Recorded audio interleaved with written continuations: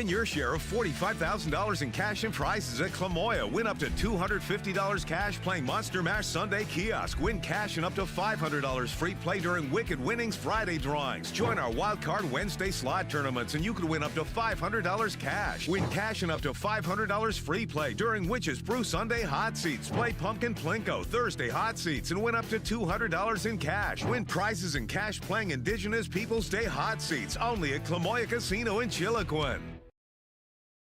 The cars we drive play an important part of our everyday. Whether we're going to work, dropping off the kids at school, or maybe even on that first date. Vehicles we drive play an important role in all of that. And that's why at Klamath Falls Subaru, we are so passionate about getting you the long-lasting vehicle that you will love. When you come to our store, you'll find that every department is dedicated to caring for our customers, which is why I can proudly send anyone here knowing that they will be treated like family. Stop by and say hi, because whether you've driven 1 mile or 1,000, when you come to Klamath Falls Subaru, you're coming home.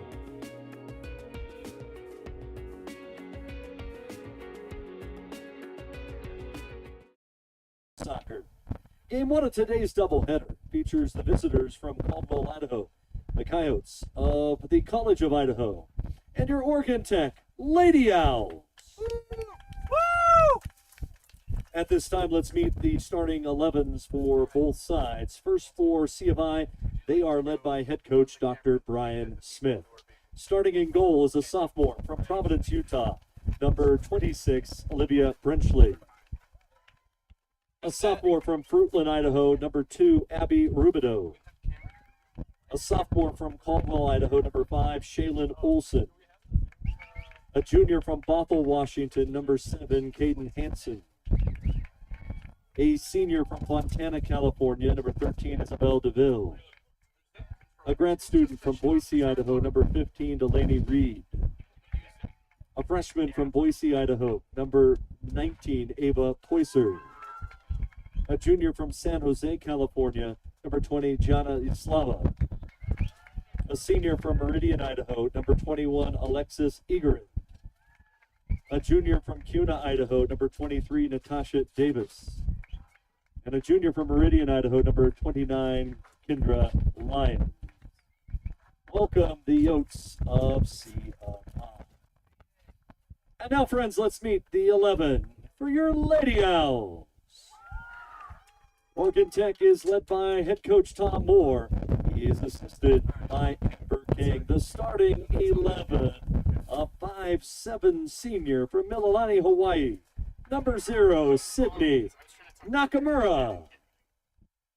A 5'3" senior from Mililani, Hawaii. Number 3, Kara Morris. A 5'4" senior from Gladstone. Number 4, Brianna Lewis.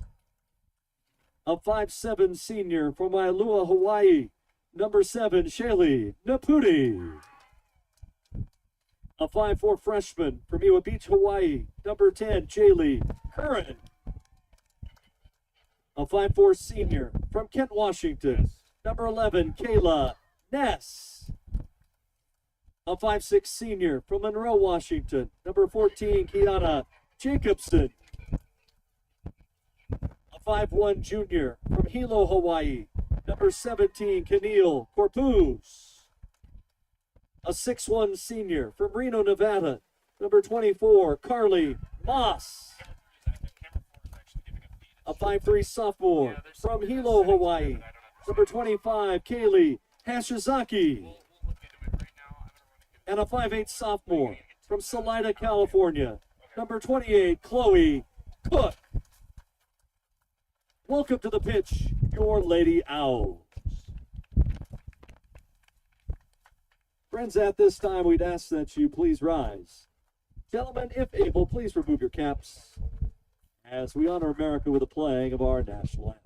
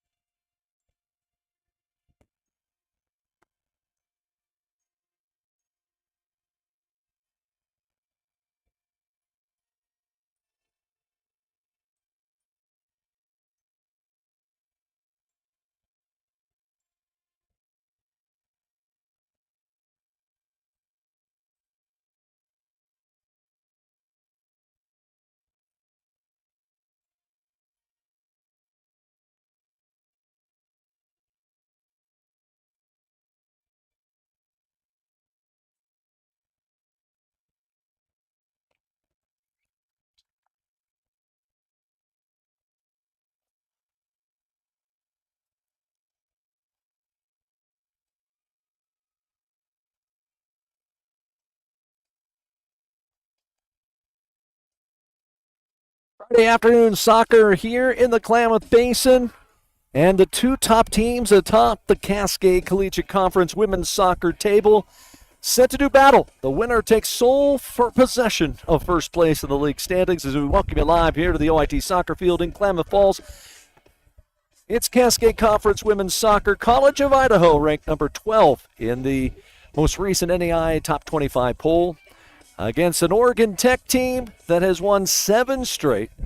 They have held opponents without a goal for 482 straight minutes and trying to knock off their second nationally ranked team this season. Mike Safford with you live here on a beautiful but windy afternoon.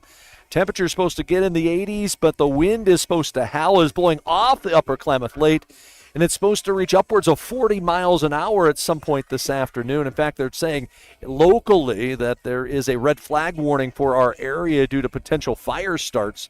That's the one thing we can't afford here in this area, as we had a rough go of it during the month of August and September in terms of wildfires around our region.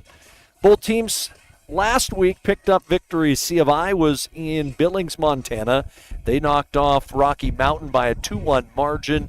And for Oregon Tech, they went up to the Valley and picked up victories at Corbin and at Bushnell. Got a 1-0 victory. Kiana Jacobson with a penalty kick goal early in the second half that provided the winning margin there. And then Tech got 2 second-half goals against Bushnell to come away with a 2-0 victory.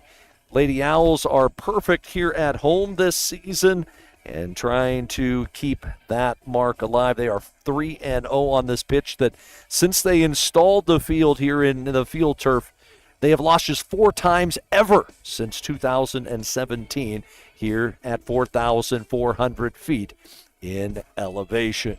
Again, 2 very good teams. C of I is coming off 4 consecutive trips to the NAIA National Tournament as OIT, I should say C of I last year, advanced to the second round where they were eliminated by Kaiser out of Florida. In fact, each of the last 3 years, C of I has been eliminated by Kaiser at the national tournament, twice back in Florida, and the game last year was in the Treasure Valley. For Oregon Tech, trying to get back to the national tournament after a 2-year hiatus. Remember back in 2021, Tech made it all the way to the national semifinals. Tech in white today. They'll go from left to right to start the match, and we're underway. And Oregon Tech had a play they thought maybe, depending on how C of I started things, could get a quick goal. C of I bounced back and took away that potential quick start. Both teams very good defensively, and that will be a key. Which team's offense can get going? Both teams have potent offenses as well. Sydney Nakamura, who leads the league in goals against average so far this season, 0.56 coming into today, leads the league in shutouts as well. It's going to be her job against this wild wind here this afternoon. The starters for Tech, it's Nakamura and Morris, Lewis Naputi, Curran Ness, Jacobson, Corpuz, Moss, Hashizaki, and Cook. And it's going to be those backs, Hashizaki, Cook, Moss, along with Curran. They're going to have to contend with this veteran C of I team. C of I in the Blacktops today. Brian Smith, their head coach. He has been there a long while. In fact, I believe it's the 20th year for Smitty as head coach at C of I. He has been with the women's program about half of that time. Started as a men's coach. Picked up his collective 200th win a couple of weeks back. In fact, I was talking with him before the match today and said, you're almost to the all-time record of 208. And it was his head coach back in the day, John Calpin, a Hall of Famer at C of I, that holds that record. Ball been played between the 18s to start. Delaney Reed, one of the veteran players, grad student, trying to play into Natasha Davis. A lot of potent forwards for this Yotes team. The top players for them include Alexis Egert. She was the newcomer of the year last year in the conference. See if I swept every one of the awards. Last year, they were taking a 16-game league win streak into today. So they'll chip one into the area. It gets all the way through. Don't think it was touched by anyone.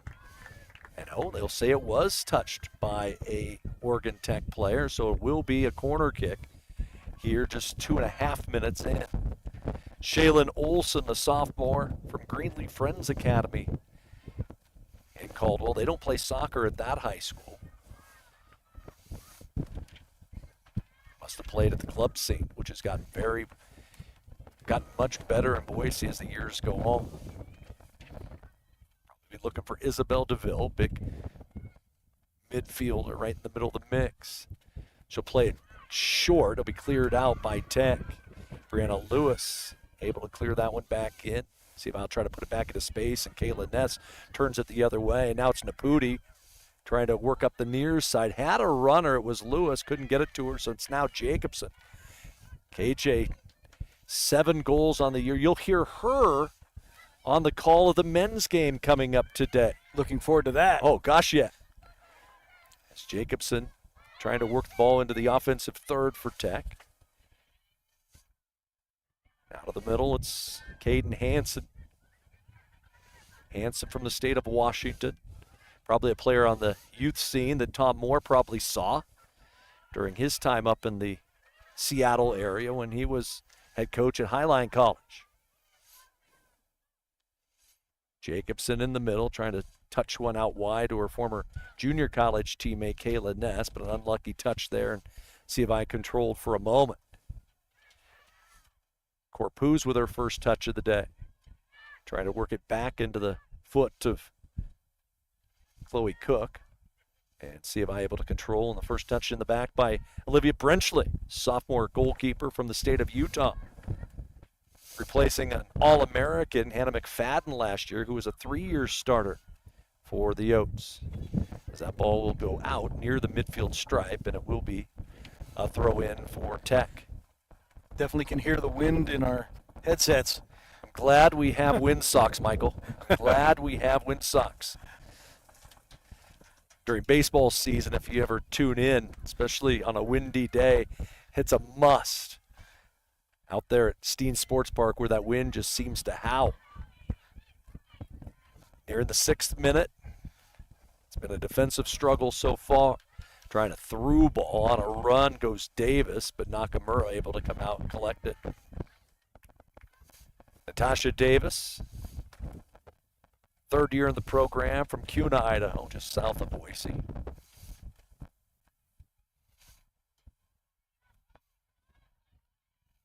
In the far side goes Jaylee Curran trying to play to the middle. Now Ness. Gonna really throw in for Tech. Glad we have 3 officials today, Mike. Yesterday, local officials struggled to fulfill the high school games locally. And my son goes to Klamath Union, and they actually lost for the first time yesterday on their men's side, or boys' side, and it was because there was only 2 officials and not 3, and they couldn't see an offsides call. Well, and that's part of the problem. Yep. I know you're lost a lot of officials, good officials, over the last 10 years. I know your boy Coop. Oh, yeah. Referees a lot of football and a lot of baseball and a lot of basketball games, and there aren't many young officials that are coming up. And soccer is one where you can make a lot of money in terms of the youth game. I'd work Mighty Mike games. $20 a pop, do 5 of them in a day. That's easy money. As Curran plays the ball to the middle, and Jacobson trying to get the ball into space. They'll play wide as Hashizaki steps up. Hashizaki down the right sideline. Stood up there by the C of I defender. On the counterattack came the Yotes. And Egerin had the ball tipped away. You know, Mike, you talked about Brian Smith and how long he's been at C of I and built this program and what he's built it into. I know Tom Moore would like to kind of mimic that. Exactly. And the quality of athletes that you see from College of Idaho on the women's soccer and men's soccer side are always just seem to be a little bit better. And the thing that they've done is really work the youth scene, is trying to get A through ball to Lewis, and she's inside the 18. She'll play a cross over the middle, looking for Naputi inside. That ball will be touched out, and Tech's going to get a throw in deep inside their own end. Well, and that also has to do with the quality of youth soccer in the Treasure Valley, that you look at how many recruits do come from that area. Exactly. You know, and the Thorns and Timbers have gone into the Boise market and work with the club scene there, and Tech trying to work the ball into the area.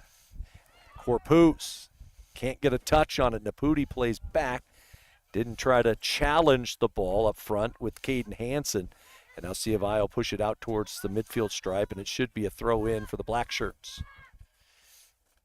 I remember, I think it was 2008, we had issues with the field there at C of I. Ended up playing at the club soccer field. It's just outside of Meridian, and what that was, 15 years ago, now is just this gorgeous facility. It used to be just in the middle of farmland. It's something that, Steen Sports Park has tried to do here locally. Well, that whole Meridian area, my twin sister has lived there for 25 years, and yeah, her house originally had a field in the back of it. It's all houses now.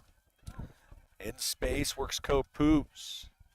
Kayla Ness comes back wide. The ball's going to get all the way through. Was it touched by the C of I player? It was. It'll be a throw in for Brianna Lewis. Windy afternoon here in the Basin. Men's game will follow us. I expect a high-scoring game in that men's contest between C of I and Oregon Tech. Top scoring team in the league is the C of I men. As Naputi lost control of it. Ball tipped towards the middle. Corpus has it there. Turn. Opportunity. Takes a chance. And that's going to be a handball, I believe, called on C of I just outside the area. As it was Hansen trying to contest that shot, and it went off her hand. And so from about 25 out, Tech will have an opportunity to try to strike first. And it looks like it'll be a four-player wall for C of I, and they're definitely way too close right now. They don't want to get a quick trigger for Tech. The question will it be Jaylee Curran or Kiana Jacobson that takes it? Curran hit one for a goal earlier this year. That was in a win against Hope International on a very similar set piece. She will not take. It'll be KJ. She'll take a strike. It's right at the keeper and has to go down to make the save. Couldn't bend it around the wall enough. And able to make the play there was Brenchlick. But that's the first shot, and the first shot on frame for either team today. Tech playing with the wind. Typically you would be saying at their back. Today it's coming across as that ball gets tipped back into the area, but able to control it there goes Nakamura. Oregon Tech, a team that'll play 18 players. We've noticed that throughout this season, a very deep squad. Don't lose much when they go to their bench. C of I typically will play 4, maybe 5 substitutes as that wind continues to howl. Ball be tipped down into the offensive end. DeVille's down there, trying a quick flick, and it goes wide to the right. Actually, it was Egerin, transferred in from Boise State after playing her prep career at Cuna High School for the Cavemen.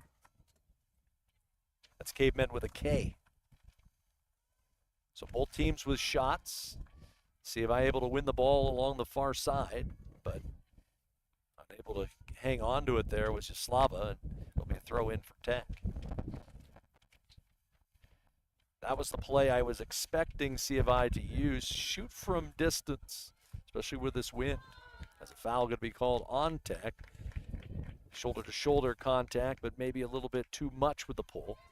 And it'll be a free kick from about 45 yards out for the Yotes. They'll play one into the area. It's all the way through, touched around by Egerin. She'll turn, put up a shot wide left. Shizaki let it go out. It'll be a goal kick for the Owls. Mikey, you can tell different kind of player is Alexis Eager.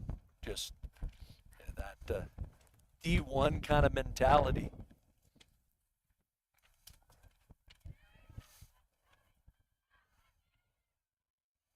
Davis plays the middle. Rubidoux all the way back to Lyons, who steps up from the back. Through ball on the ground, trying to get to Reed on a runner and can't. And so it'll be a throw in deep in the Oregon Tech defensive third. No score. We're 13 in. Both teams have had chances.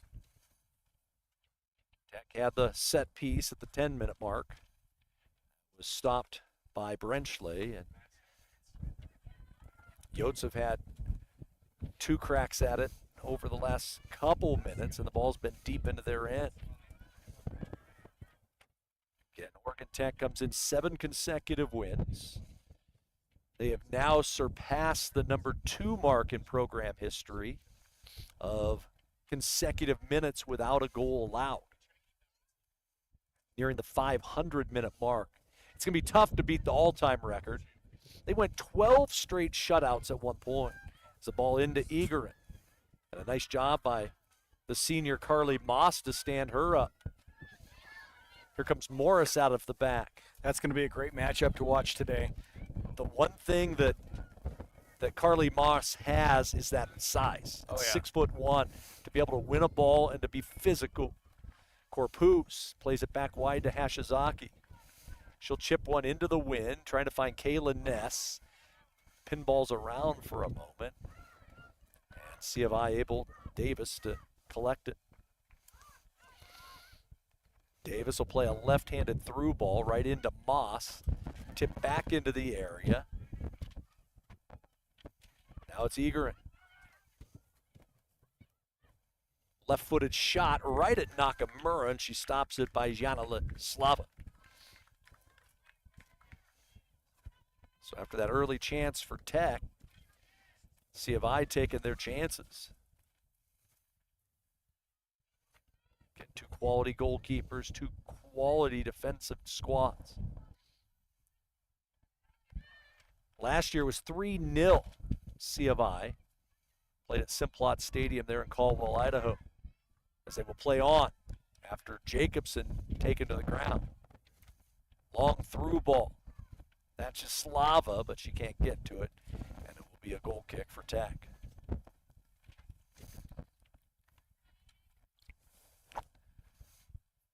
C of I went 12-0 in league a year ago. They've started this year 3-0 in conference play and tack on a win from the 2022 season. That's 16 straight. They got a long way to go, though, to get the all-time consecutive wins record in Cascade Conference play. Grant Landy's Concordia Cavaliers at one time Concordia won 65 straight matches back from 2007 to 2013.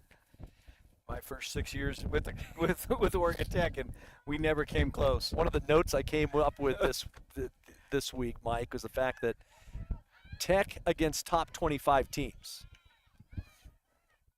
are 6, 5, and 5 all time, including the win against Hope International this year, if you don't count Concordia. Because they're 0-21 all time against Concordia. Shh, don't say that. Ball through ball into the area and trying to get it to Lewis, and it can't go there. The one funny thing is, though, Concordia doesn't exist anymore, so they can't beat Tech anymore. And I could say this, in my years at C of I, we beat Concordia twice, ever. One was on a bent-in corner kick, and the other was on a corner kick that was kind of chested in the goal, and both times it was 1-0. Soccer programs, track and field, and golf. Phenomenal. Really, we're all disappointed when they left. Yep. Had good coaches. And the fun part about Grant Landy, who was a long time, Grant should be in the NAI Hall of Fame. Oh, no doubt. But he is coaching now at Humboldt State on their women's side. And it was a big decision for the Lady Owls earlier this year when they went down, played an exhibition game against Humboldt, and played them to a draw. And it was like, anytime you play Grant Landy team to a draw, you know you've done something well. heck of a coach. Well, and also did what you and I do. You know, he was their sports information director for years at Concordia. Quality individual. He and Dan Berkey, the coaches at Concordia back in that time. Oh, the stories we could tell. Oh, the stories we could tell. Brian Smith's going to go back and watch this on YouTube on the replay, and he's going to go, okay, Safford, I'm glad you didn't tell all the stories from back at that time. Corpus out of the back for Tech. Plays a ball through, had Jacobson there, and just an unlucky touch for Tech. It was a nice job in the middle that time by Caden Hansen to get a foot on it. If not, it could have been a goal-scoring opportunity for the Owls. Corpus going to play wide. Onside is the speedy Brianna Lewis. Lewis inside the 18 will play one off. Gets it to the hands of Naputi. She'll take a low liner that nearly got to the back post. And coming off the line that time goes Brenchley to make the save. Naputi got her first goal of the year. Naputi got her first goal of the year against Bushnell on Saturday. She bent in a corner kick. And she had been so unlucky this year in terms of trying to score a goal. Among the team leader in shots taken, just hasn't been able to find the net. And how does she get in the score column? She bends in a corner kick. Tech has been successful on set pieces this year. Nearly 20 in. We're scoreless. And we expect the first wave of substitutions to come in shortly. Boy, Lyons with that ball, she's so confident. One of those. I say that, and she gives it away. One of those players that Brian Smith has cultivated through the club program. FC Nova, Boise Timber Thorns, among the good clubs there. I think there's now 4 quality clubs in the Treasure Valley. As the ball tipped into the middle, squipped around and cleared out by Tech. That one kind of got dangerous. And now Chloe Cook touches it away. Stepping up comes Lyons again. She plays it into the middle. And there's Moss.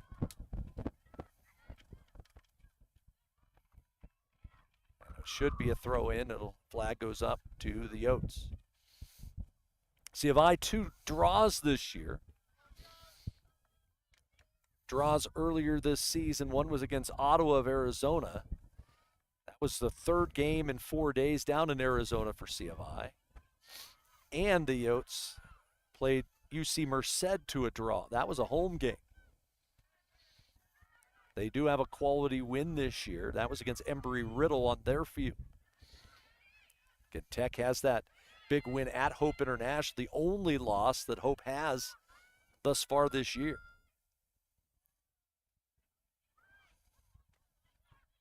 Play out of the back with Olsen. It's Slava. It's tipped right out in front. Morris tries to clear it, does. But it's tipped right into the hands of Reed. Reed to Egerin in the area. Yaslava again gets stood up. And Tech being very physical. Now it's Hansen. They'll chip one into the area. And right there is Nakamura.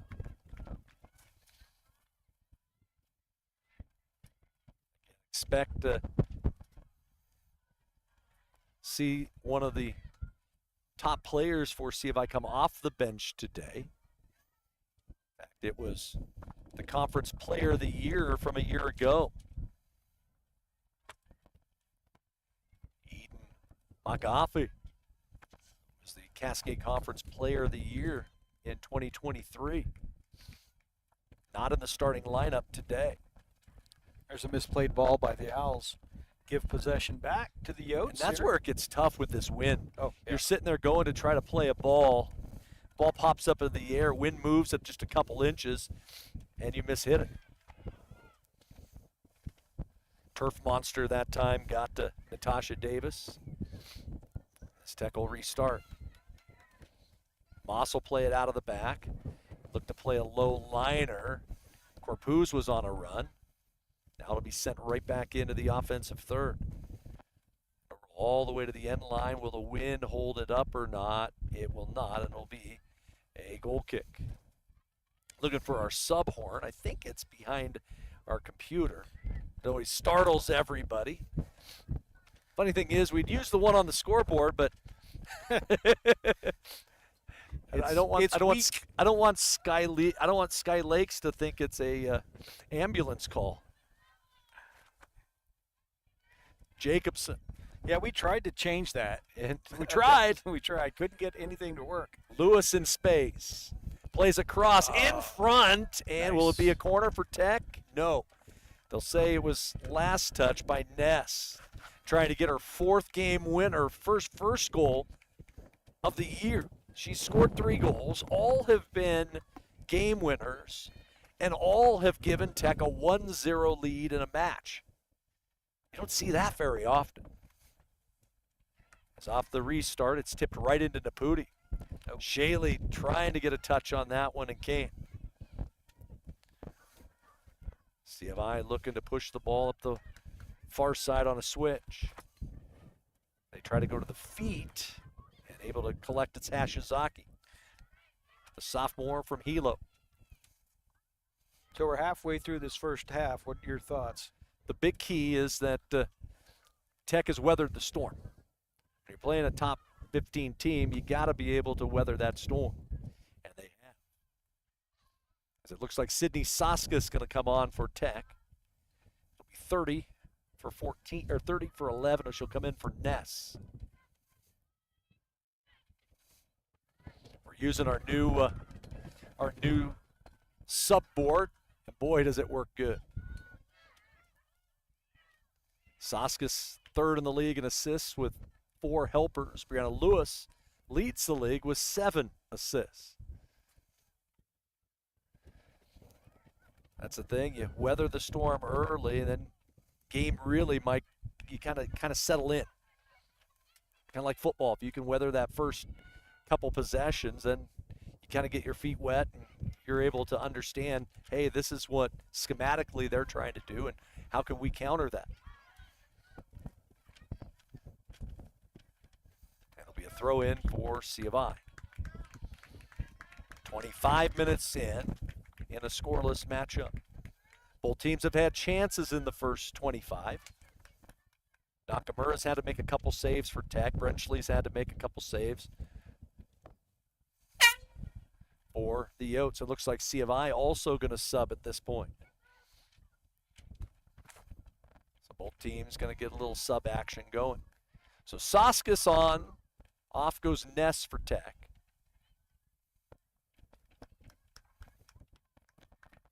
See who's coming off for Tech or for C of I.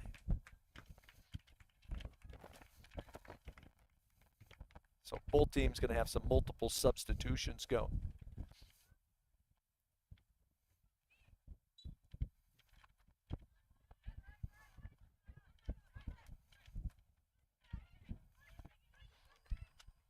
Looking to see who else came on for Oregon Tech.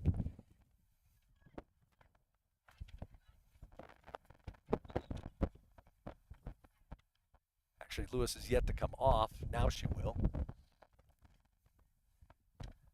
So for C of I, 10 on for 2.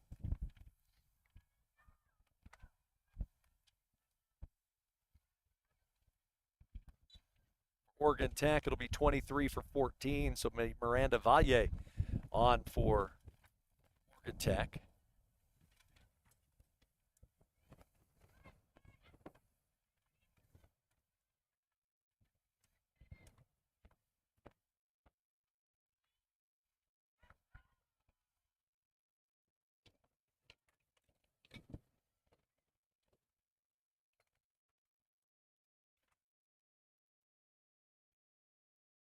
Also let it go all the way through. The difficulty for me where I'm sitting is I can't see half the field.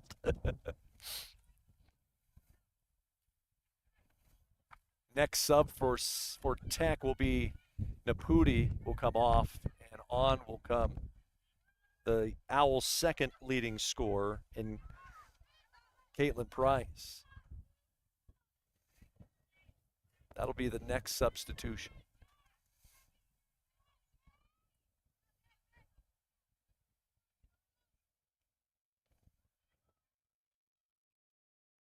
So the subs so far for Oregon Tech: Soskus on for Ness and Valle on for Jacobson. C of I, Larissa Wegner, veteran player for them, she's on. I know the Yotes have made one other sub as well. The ball be played into the mix and just wide on a flick that time by Davis. And so on will come, as I mentioned, Caitlin Price, and she'll come on for Naputi, 15 for 7.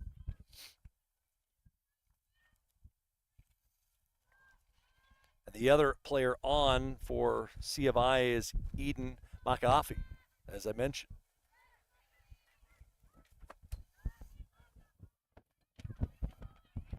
There's Lewis. B in space will take a left-footed shot just wide.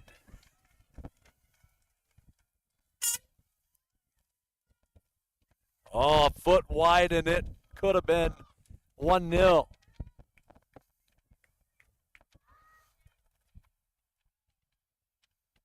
So for C of I, Gracie Waite on, and Egerin going to come off.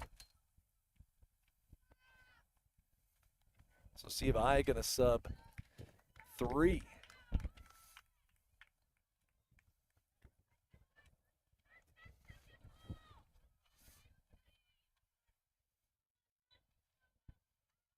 "34 on for 23. 29 is off. 20 is off. We'll try to get the numbers of those coming on. We have someone doing the subs down there, but they're not doing C of I. They're only doing Oregon Tech subs. You got to remember, it's both teams, ladies. In the middle, that's Maka Offit, Player of the Year from a season ago.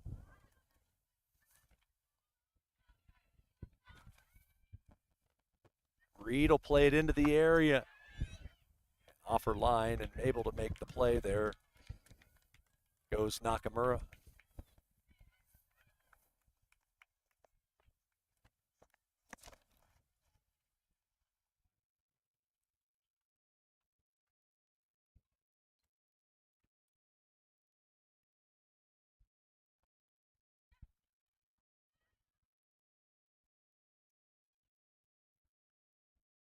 Teams have kind of settled in.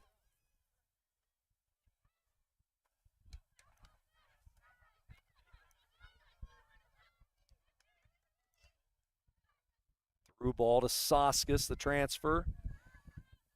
And it'll be a throw in for Tech.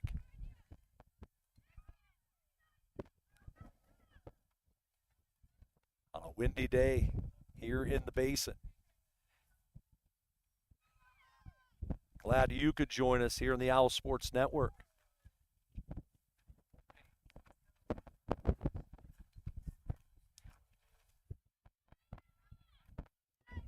Ball played inside. Price thought she had a chance.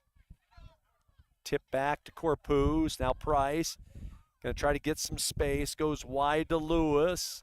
Can B get a cross in? She does. Headed away by the Yotes.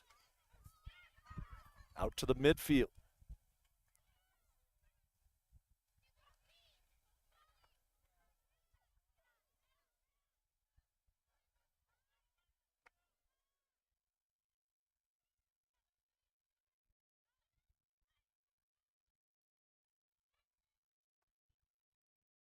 It'll get played wide, and OIT should have a throw in.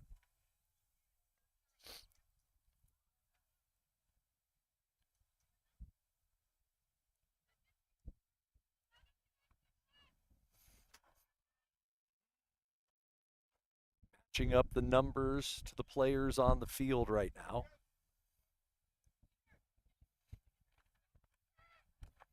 It's a ball near the end line, able to save it from being a corner. Tech trying to keep it in. Curran flicks it to the middle. Now it works out wide.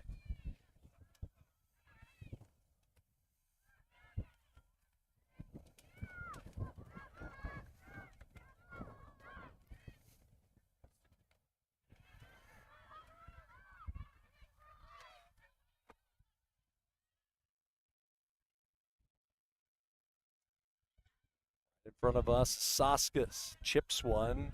Valle not on a run.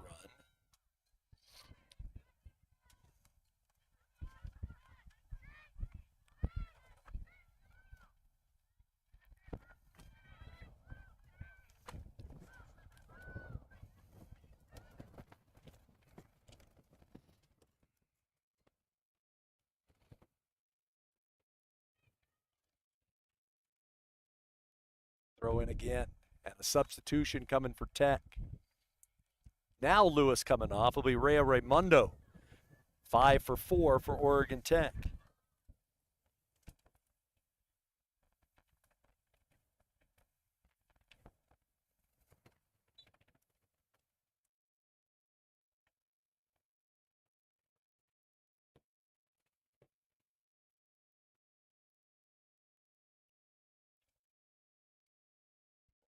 Field, Raimondo. It gets played back to Brenchley.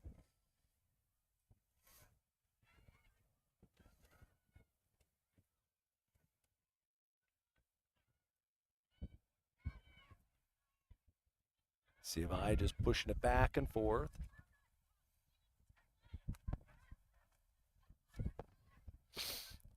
All right, so we finally got the 5 subs that C of I has made.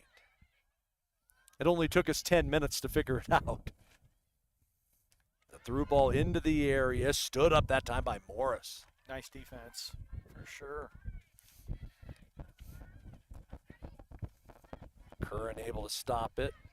Good touch that time to get past Madison Little, and then plays the ball down trying to get it to Price. So Gracie Waite, Larissa Wegner, Eden McAfee, Allie Moultrie, Madison Little, the 5 that are on for the Yotes. For Tech, the subs on for Tech have been Raimondo and Soskas, Valle, and Price. So 4 on for Tech, 5 on for C of I.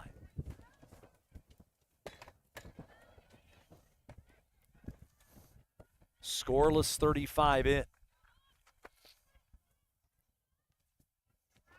Mike did the smart thing, sent a quick text and said, hey, tell the folks at the scorers table to make sure to put the subs up for both teams. Write it down, put it up so we can write it down on our end. And the last time, they did it perfectly. That's tag team work, Mikey. What's that? Teamwork makes the never mind. Both teams have had opportunities. C of I going to go to their bench. It looks like 18 for 15 for the Yotes. So on comes Campbell Reed, a freshman from Capital High. There in the capital city.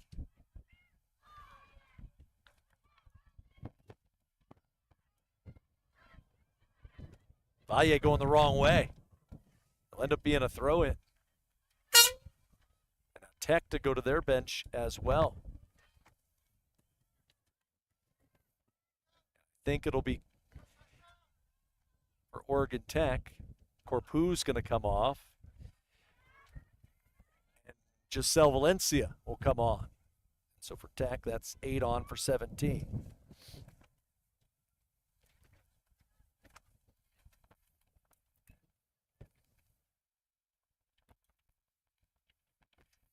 Wind is blowing so much, it is blowing our horn right off the table. And an air horn isn't light. Yeah, that's a metal can. Yes. Given an effort was Price trying to win a ball in the back for Oregon Tech as C of I plays forward. 7.5 minutes left here before the break. This is about what we expected. Two of the top teams in the league table. An Oregon Tech team that was picked 7th in the preseason poll. As it'll be a free kick for Tech off a foul by C of I. The Yotes, I think, were the unanimous pick to win the title again this year. Although last year they had to win the conference tournament title in penalties. We played into the area. Nice job by the defense. And out of the pack will come Little, the sophomore from Las Vegas. Uses a through ball that'll find Nakamura. Las Vegas has been a pipeline for the Oregon Tech men's team.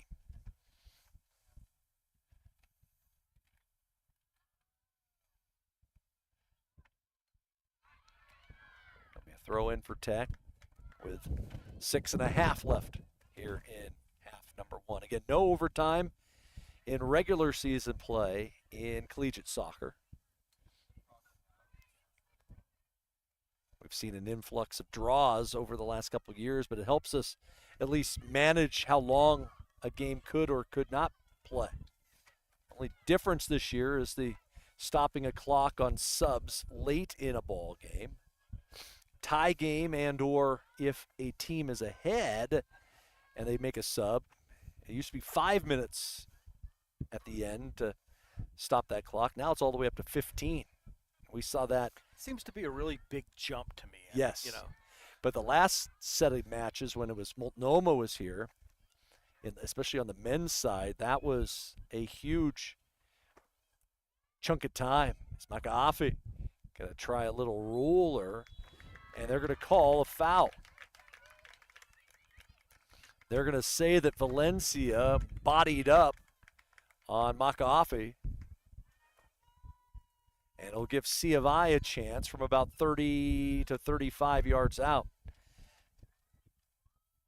Do they try to hit one into the upper corner over Nakamura? Tech will have a 3-player wall. It'll be Shaylin Olson who will take it, or they try to chip something in and try to get a runner. Big spot here in the final 5 minutes of the first half. Here comes the play. Chipped way high and over, and will be a goal kick for Tech. How to play that wind is going to be something these two teams are going to have to figure out. And the wind came on just like we were expecting.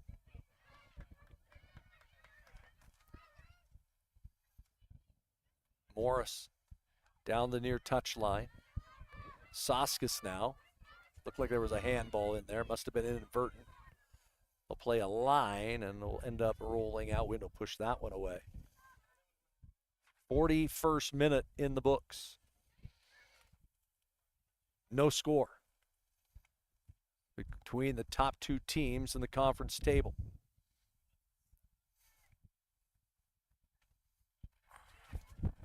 This is a huge 4 minutes for both teams. If either team could find the net here, would be huge. Both teams have had chances.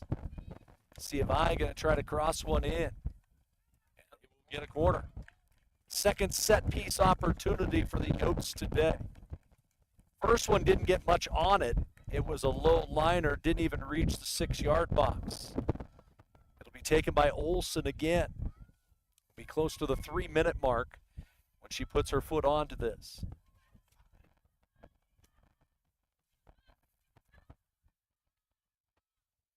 Olson will play middle of the 6, headed in and cleared out by Morris.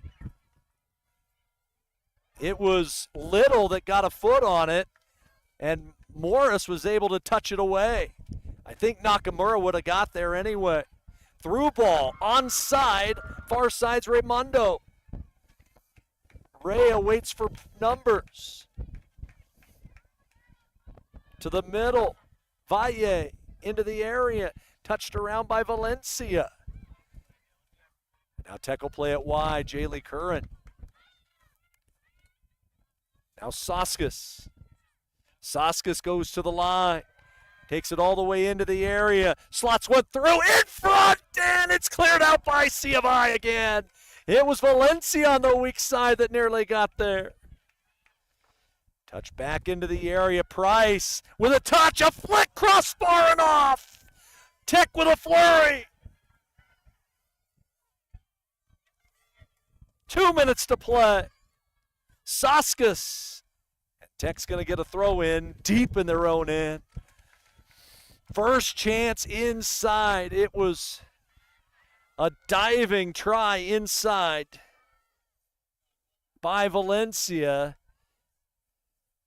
And then Tech got another crack that went right off the crossbar. Now it's Price. Who was it that shot the one off the bar? That one was taken by Jaylee Curran. C of I will come back. That's number 10. Moss stands him up. Plays it wide to Raimundo. Ray trying to get a run on it. It'll be a throw in along the far side with just over a minute to play. C of I had the ball at their offensive third for a long time. And all of a sudden a flurry for Tech and nearly took the lead. Price, the freshman.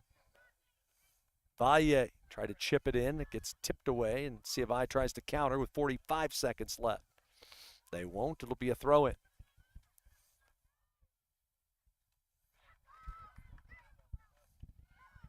Ball be played up towards the midfield. It'll touch it into the Tech bench.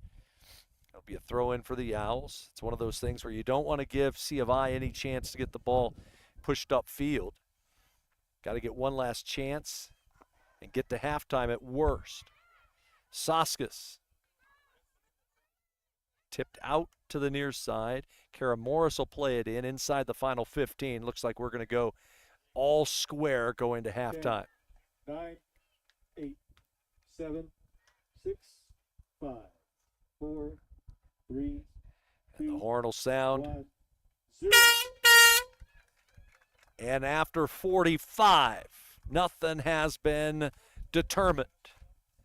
It is Tech 0. It is College of Idaho 0. Two top 25 teams, at least in terms of receiving votes, or in the top 25, playing a drag-out matchup right now. We'll take time out. We'll pay some bills.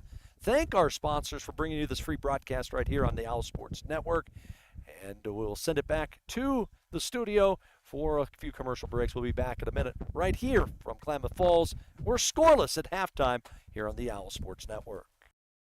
Win your share of $45,000 in cash and prizes at Clamoya. Win up to $250 cash playing Monster Mash Sunday Kiosk. Win cash and up to $500 free play during Wicked Winnings Friday drawings. Join our Wild Card Wednesday slot tournaments and you could win up to $500 cash. Win cash and up to $500 free play during Witch's Brew Sunday Hot Seats. Play Pumpkin Plinko Thursday Hot Seats and win up to $200 in cash. Win prizes and cash playing Indigenous Peoples Day Hot Seats only at Clamoya Casino in Chiloquin. The cars we drive play an important part of our everyday. Whether we're going to work, dropping off the kids at school, or maybe even on that first date. Vehicles we drive play an important.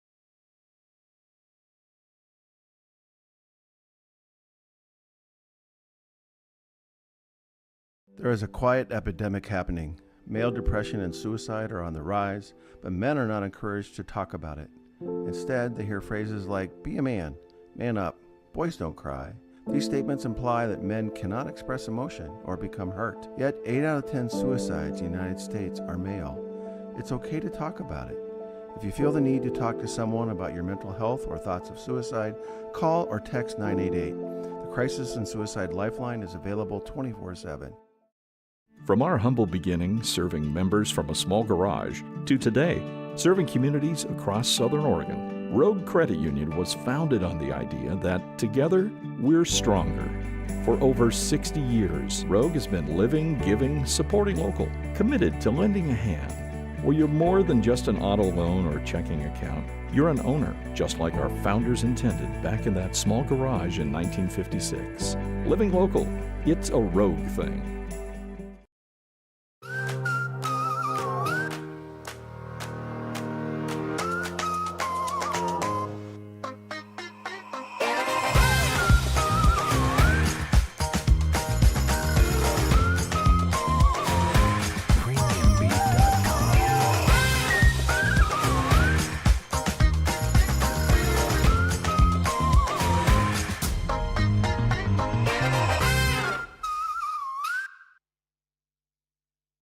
Experience is everything at Klamath Falls Toyota.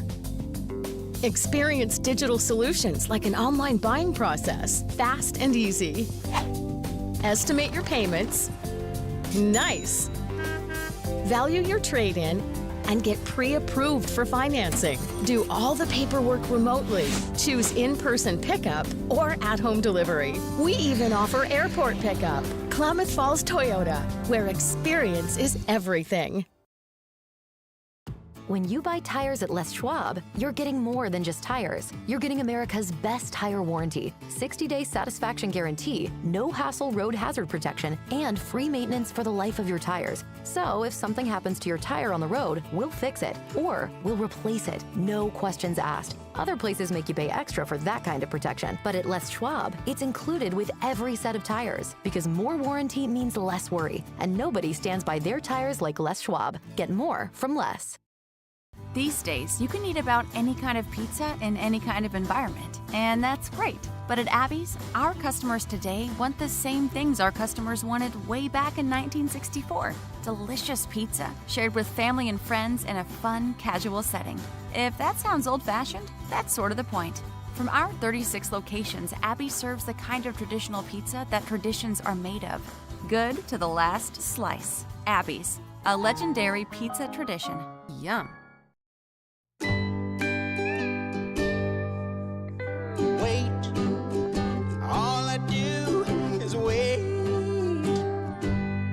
So lonely, I just sigh and moan. Seems like I've been waiting forever, wondering if you're coming home. I just saw your face, I know you're coming home. I swear there is no place and then I heard your voice. I know you're coming home. I know you're coming home. This is where unconditional love and immeasurable happiness reside. This is home. Coldwell Banker, where home begins.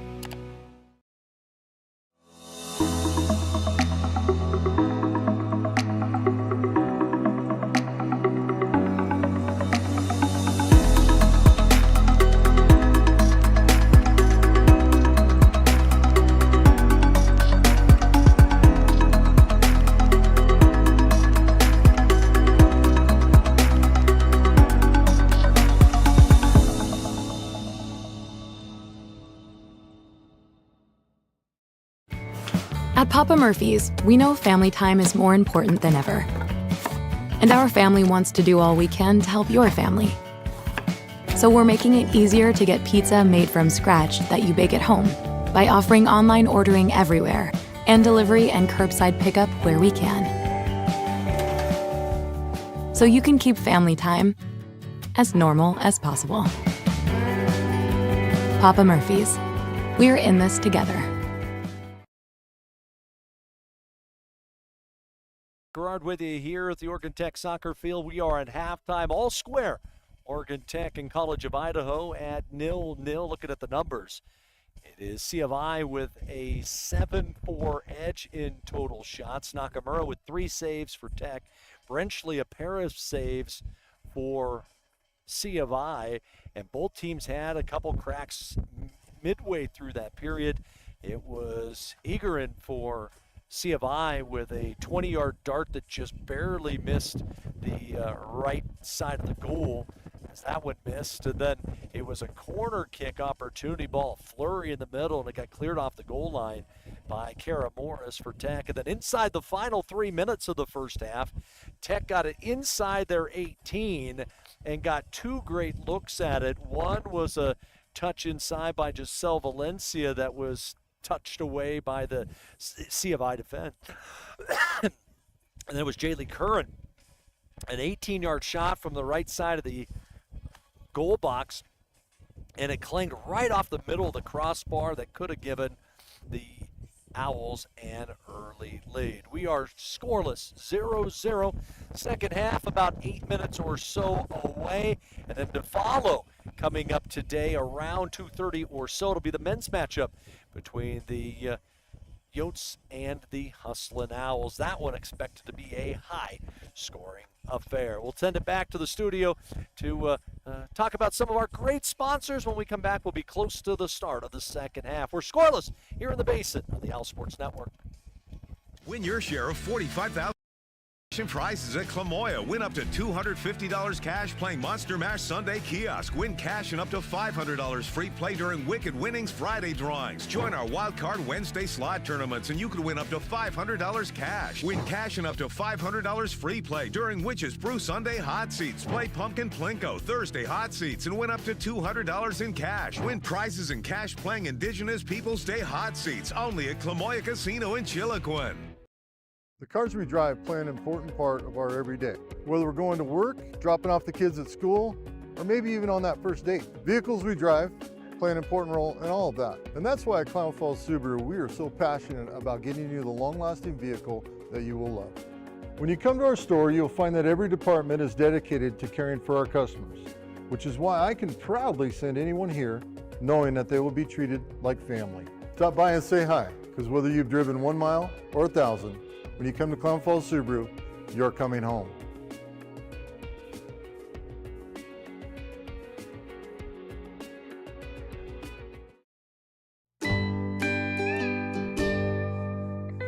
Wait, all I do is wait.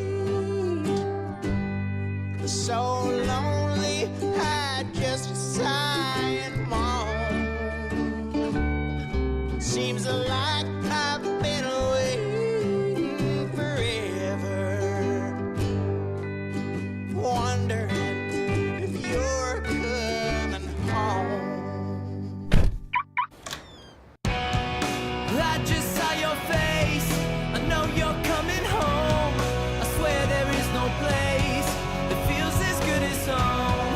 And then I heard your voice, I know you're coming home. I know you're coming home. This is where unconditional love and immeasurable happiness reside. This is home. Coltwell Banker, where home begins.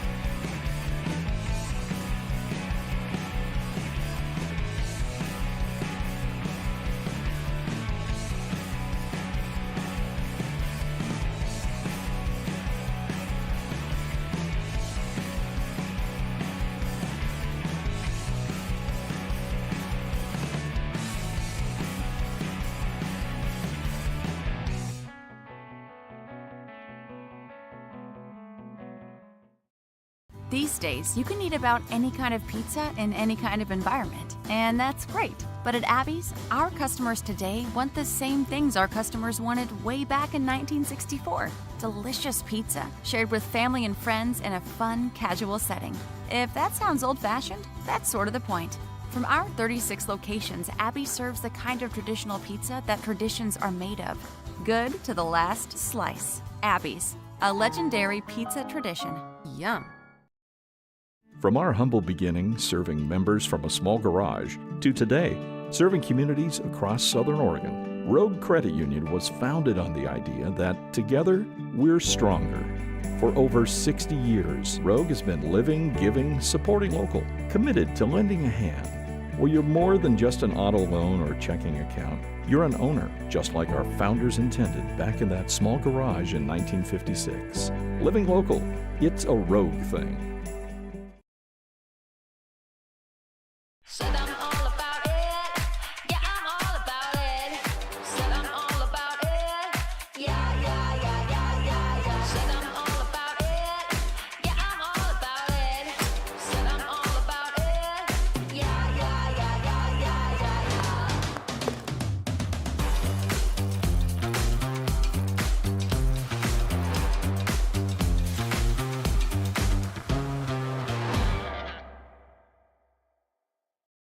Every year, Oregon Tech enrolls our next generation of graduates in engineering, health sciences, technology, business, and more. At Oregon's only Polytechnic University, our programs are focused on creating leaders.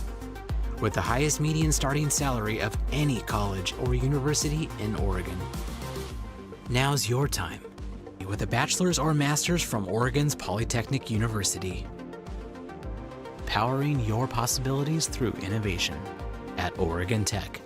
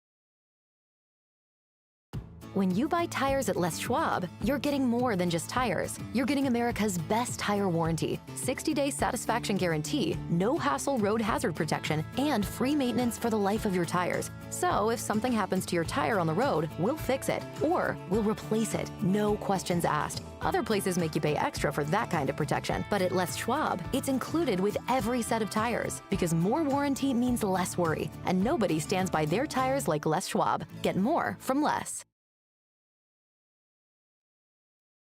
Here in Klamath Falls, second half getting set to go.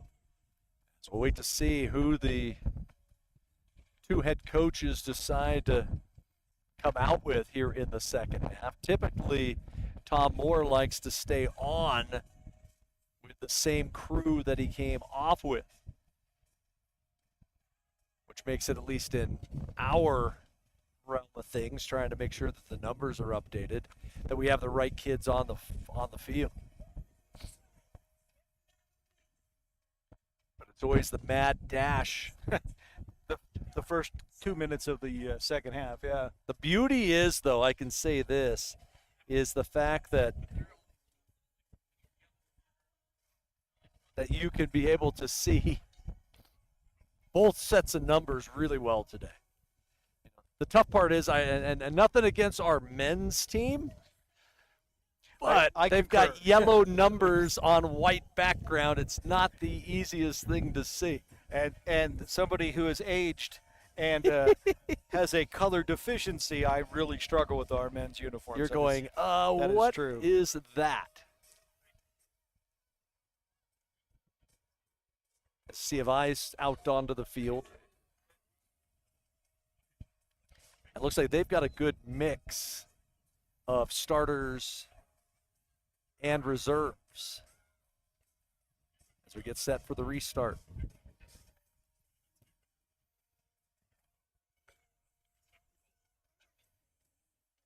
Back for C of I. We've got their entire group already. That makes it kind of nice. It'll be 12 McAfee. It'll be 7 Hansen, 23 Davis, 15 Reed, 19 Poyser, 20 Yaslava, 5 Olson, 13 DeVille, 29 Lyons, 10 Wegner, and the keeper stays on in Brenchley. Try to get Oregon Tech's group here in a minute. As we get set, I can see that Jacobson's back on. Maybe a lot of the starters for Tech. Corpuz is also back on. It'll be C of I that'll start. They'll be going from right to left. And we're underway.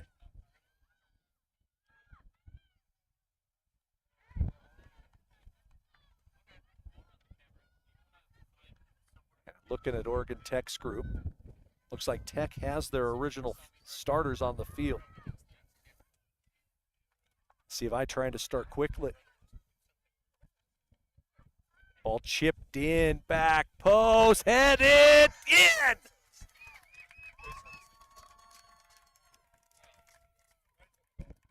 Back post was Davis, 23, off the cross from 10, Wegner.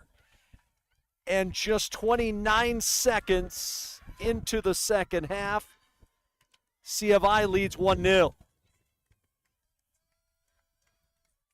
Not the start Oregon Tech wanted.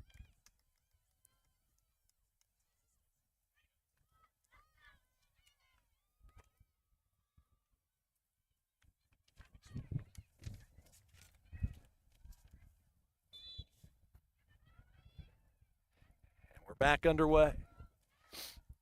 Tech trying to come right back and answer. And Corpuz tried to chip one there and got tipped away. First goal surrendered by Tech in over 520 minutes. As it'll be a corner for OIT.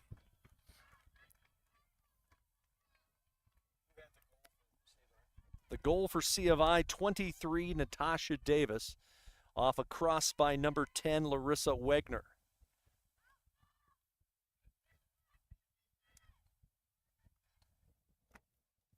At 44:29 left in the match.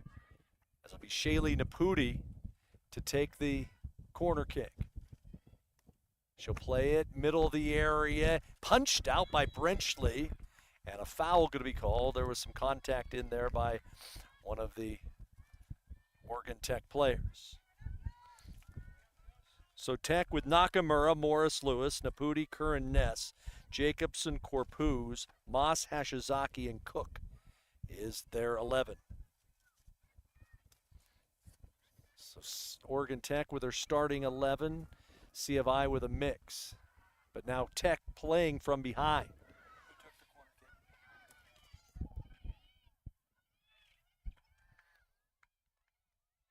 Yotes continue to put the pressure. Wegner plays wide. Shot from distance goes wide off the foot on the far side by Kendra Lyons, 29. Coming out of the break, the momentum for the team in black. Number 12 ranked team in the NAI. Win or lose for both these teams going to help their RPI ranking in terms of playing a quality opponent.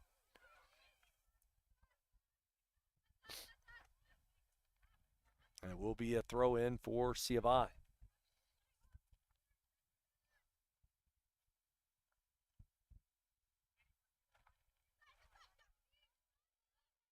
Ball played to the middle. An unlucky touch there for Tech. It's going to give the visitors a chance to play on.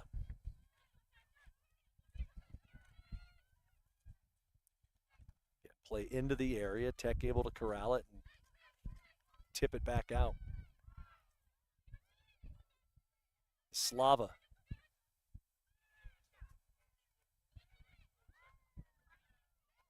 McAfee.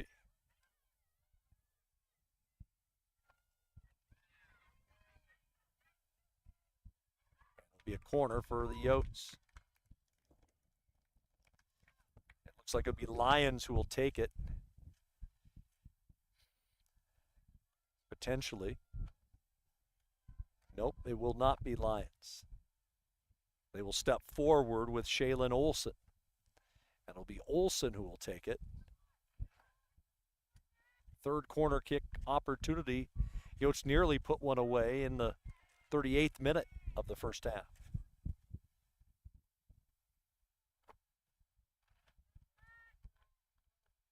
The play middle of the 6-yard box, headed in.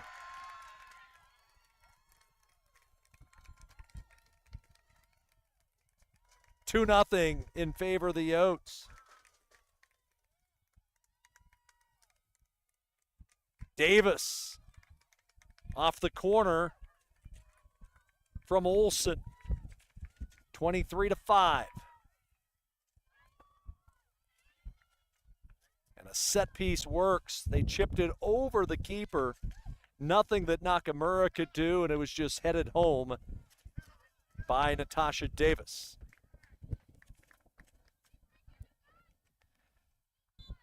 And so that quickly,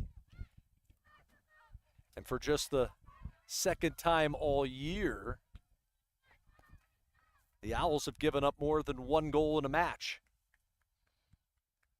And those two goals come in 4 minutes apart.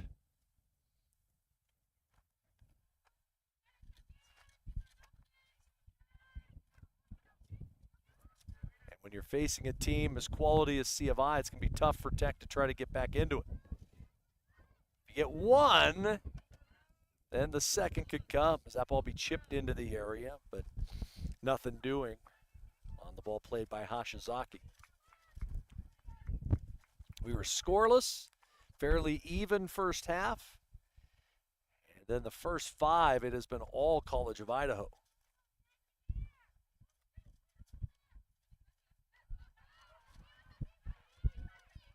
Trying to play Lewis. Can she get around her player? Yes. Brianna Lewis slots one in front, tipped around all the way back to Hashizaki, still on the ground, and somehow to the pack, Wegner has it. Gosh, that ball was in. Chance for a couple Oregon Tech players. But a couple unlucky touches. Through ball.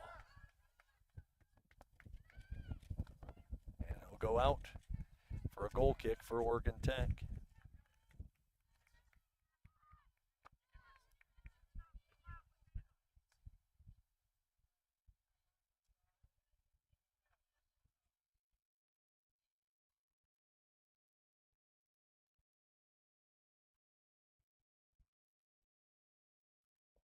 To the far side.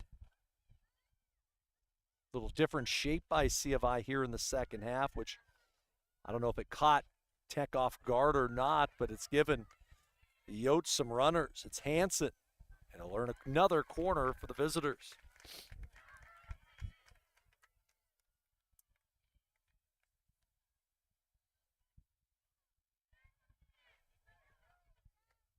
Just scored off one, Olson. Played it to the back post.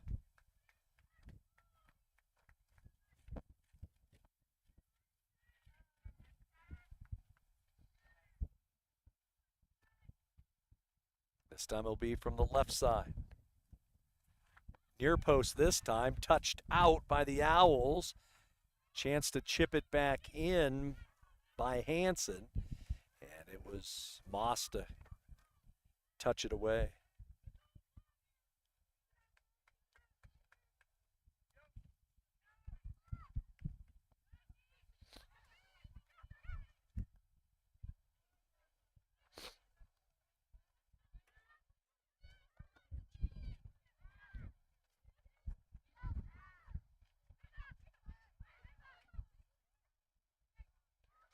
Moss again in the right spot.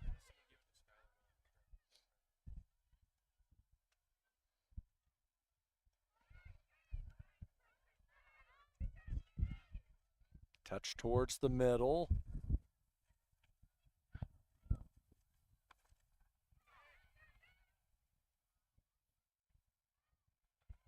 A play one.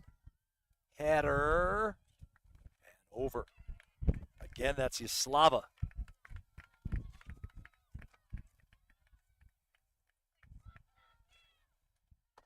Able to make that one.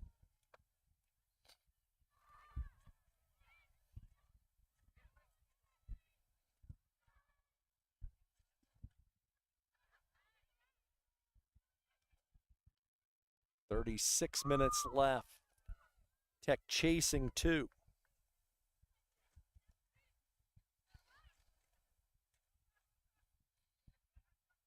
Slava works right through Hashizaki. Chips it back post. I don't know if it was touched or not by Nakamura.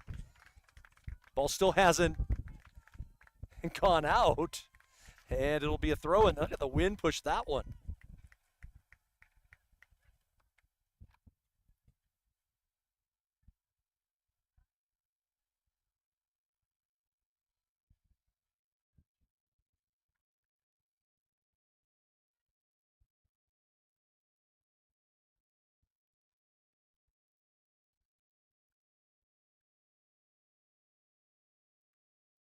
Nakamura goes down to keep that one in play. 35 minutes and change left on a windy day. The number 12 ranked team in the NAI with the command right now. 2 goals in the first 5 minutes of the second half, broken 0-0 tie. What was your statement to begin the game? Survive the flurry.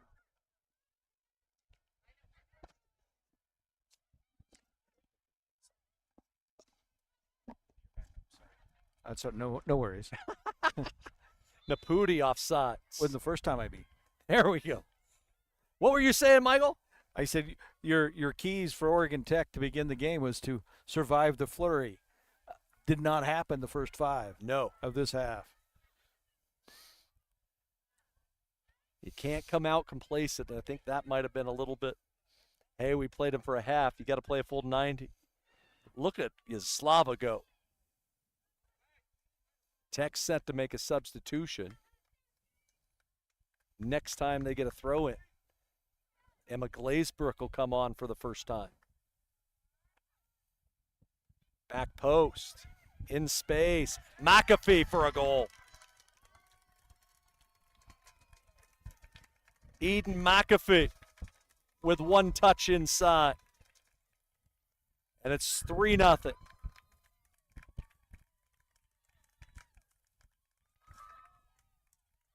Player of the Year a season ago with her 5th of the year. Unassisted as that ball was in the area. She made a touch left, then right, then came back. And for Tech, it'll be 22 for 25. But 3-0.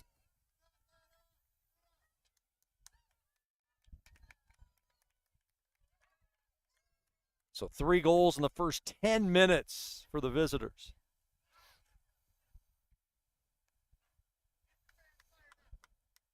It just seems like Tech playing out be on their heels right now, Mike. It's been a storm that's hit them here.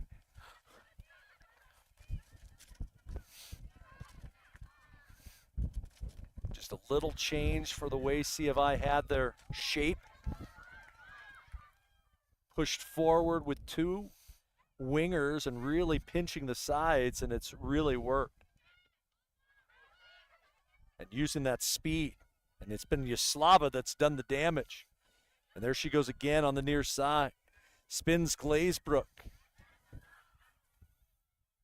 Finally, Tech able to go. Do you just see the haste that C of I is using here in the second half?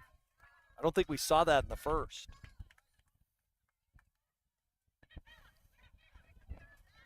A play to the feet of Naputi.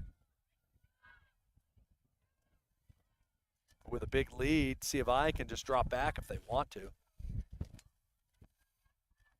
I always talk about the defensive shell with a lead.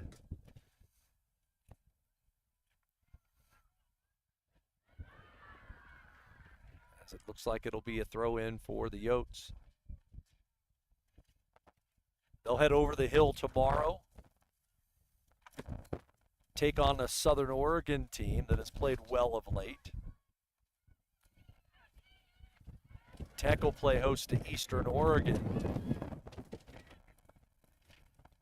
Last 3 times Tech's played the Mounties, it's been a draw, including last year in the conference tournament. It was a 2-2 draw that day.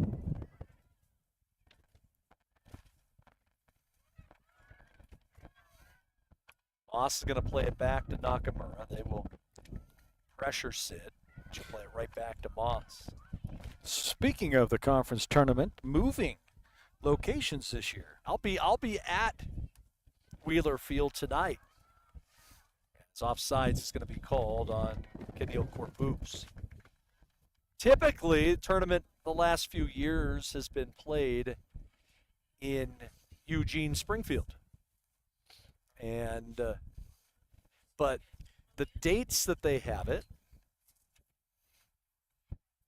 for the tournament coincide with home Oregon Ducks games, and definitely can't get hotels and hotel rooms and such. And so the league has moved venues. It'll be what is now Lithium Driveway complex in Medford and the stadium field at Wheeler Field. That's where I'll be tonight for high school football. And ball be played, trying to find McAfee. She's in space. She'll turn again at the top of the 18, and one too many touches. Yotes look like they're going to bring on Lucy Evans. Have not gotten that of yet. Tech's going to bring back on a player. We'll have the sub now. So on for OIT, it'll be Price, who will come on for Naputi. And for C of I, it'll be 30 on for 19. So off comes Ava Poyser.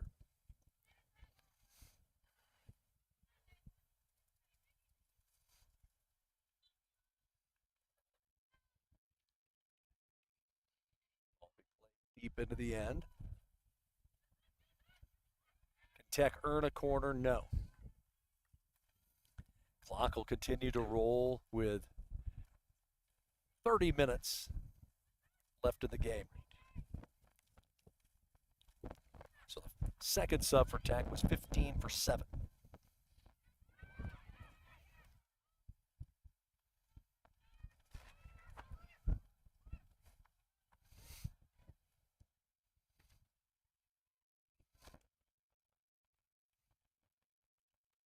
Who's played well in the back for C of I.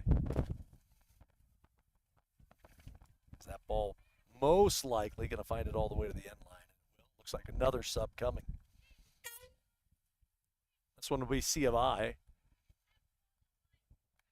And it'll be 21 on 12.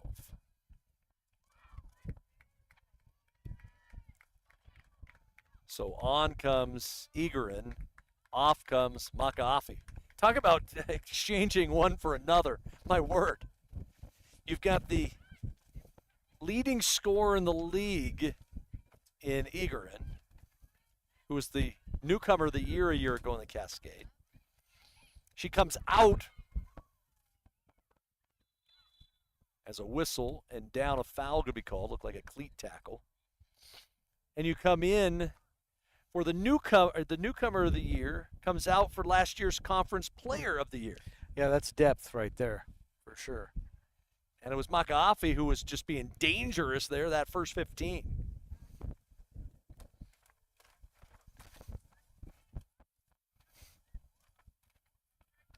So both teams have used 2 reserves here in the second. Tech chasing a field goal.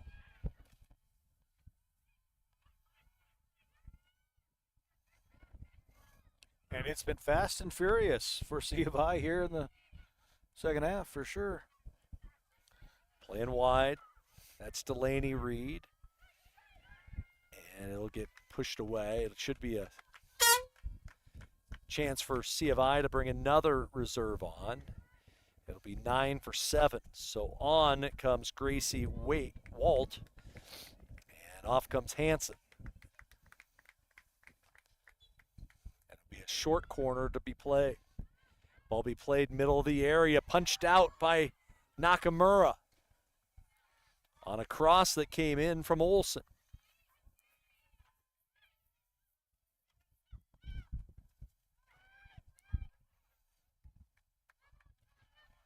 Near touchline, Yaslava. Nice 2-player game with her and Wegner. They'll play back to the middle of the 18. Far side, able to collect it. Pushing forward. Cross, near post, and it's tipped away by Tech. It'll be a corner for C of I.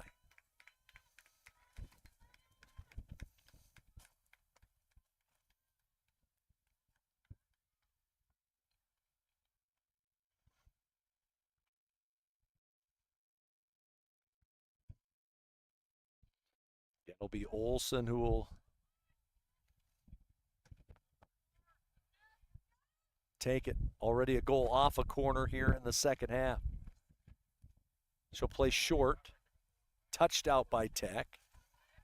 Lewis. Get it all the way out to the midfield stripe before it'll roll out, and it'll be a throw in for the Black Shirts with 26 and change left. College of Idaho leading Tech 3-0.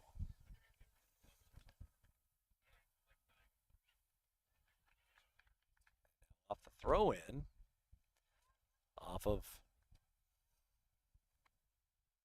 a C of I player, and Tech with possession.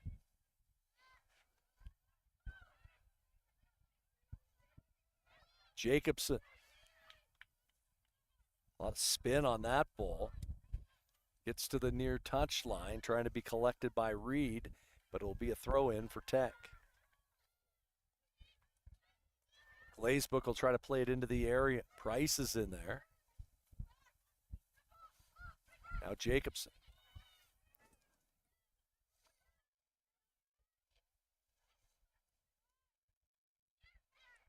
The other number to watch for here in the second half, Tech has scored in every game this year. Trying to keep that streak going. They've not been shut out.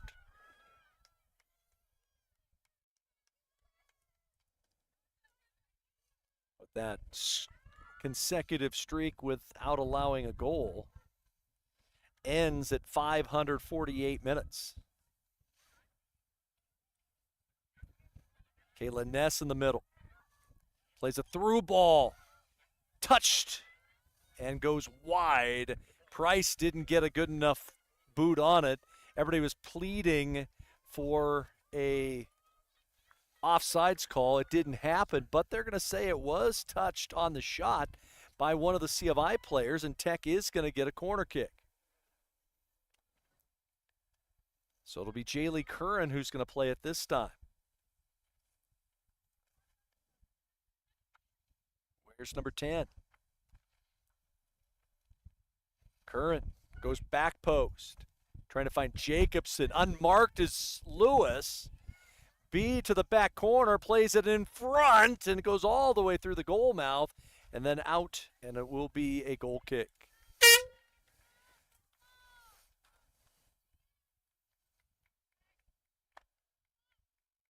31 on for 23 for C of I.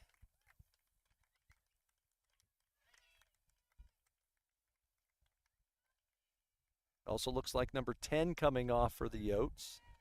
Try to figure out who's coming on for her. Once again, the person doing the sub board, not the greatest today. We appreciate the effort.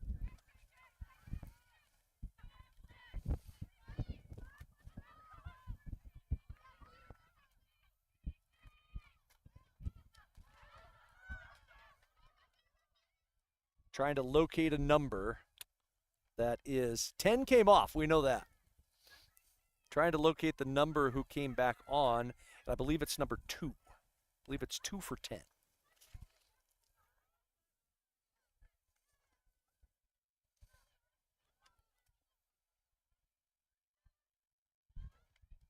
$23 minutes left. Again, once we get to the 15-minute mark, if C of I subs, the clock will stop. But if Tom Moore looks to sub, the clock will continue to roll. Yotes play a high ball into the box. Don't want to foul in this situation. Tip back to an unmarked player. Now offside is going to be called on C of I. Along the far side, that was Rubidoux, who was onside, played the ball back. The defense kind of collapsed, and then when they played it right back to her, she did not have a defender between her and the goal. And so the flag up by the AR.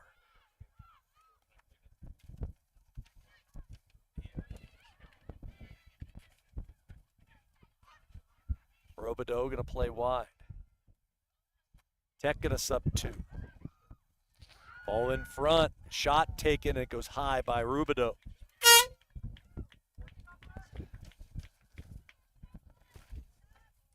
So on for Tech comes Valle.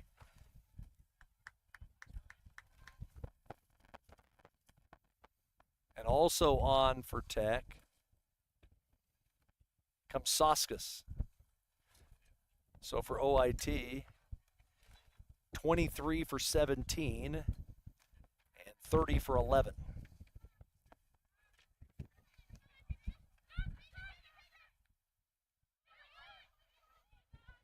Long ball trying to find Caitlin Price's foot. It goes awry. We're more than halfway through. Half 2.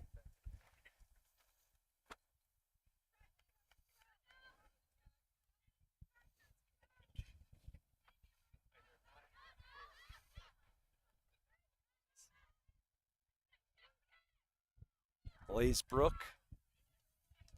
Jacobson into the area, trying to get it to Lewis. She's onside, tipped away. Valle could have had an unmarked chance. Went off her chest and then a little too far. Now on a counter comes the Yotes. Long ball played to the area. Moss able to clear it out for a moment.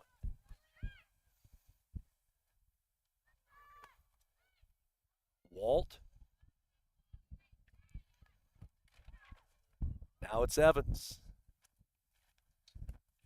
Evans. It will be a goal kick for Oregon Tech.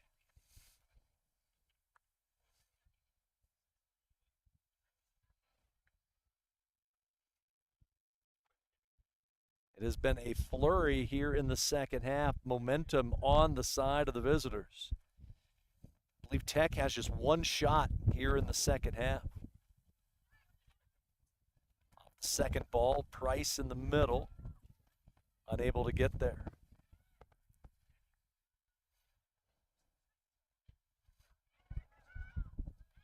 We'll see which way this one will go. And it will be a foul on C of I. Hand fighting that time between Kara Morris and Rubidoux. I guess Tech had the advantage in that situation. Rubidoux going through the defensive player, and that would be why the whistle was blown. Off the restart. Davis able to punch it back towards the midfield. We were tied at 0 at the break. And then C of I with 3 goals in the first 11 minutes of the second half has taken a tight game and busted it wide open. Yeah, good adjustments by Brian Smith at the break. Off the heel kick, Rubidoux will try it with a left foot, miss high. Delaney Reed trying to get a little fancy there. Heel kicked it back to the sophomore. Went to Ridgeview High in Nampa. Yotes set to sub 2, but it's after the break.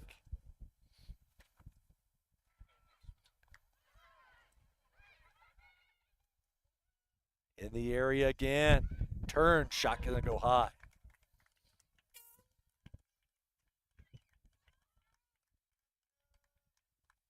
$19 on for 5 for the Yotes.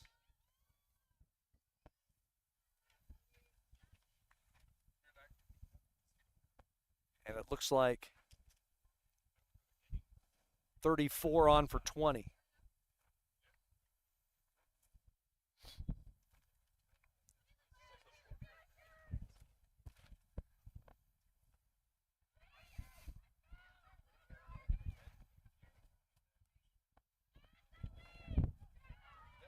Down to the corner. Shoulder to shoulder was Moultrie. Now into Egerin.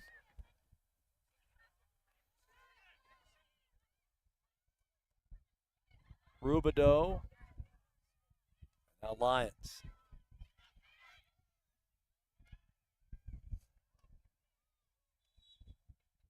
And now offside from a while ago, I guess. Called on C of I. Better late than never. AR must have had that flag up for 20 while. seconds. For sure. The ball had been played all the way out almost to the center stripe. Yeah, at least 4 or 5 touches. That was, you don't see that very often. That had been that initial touch by Rubidoux.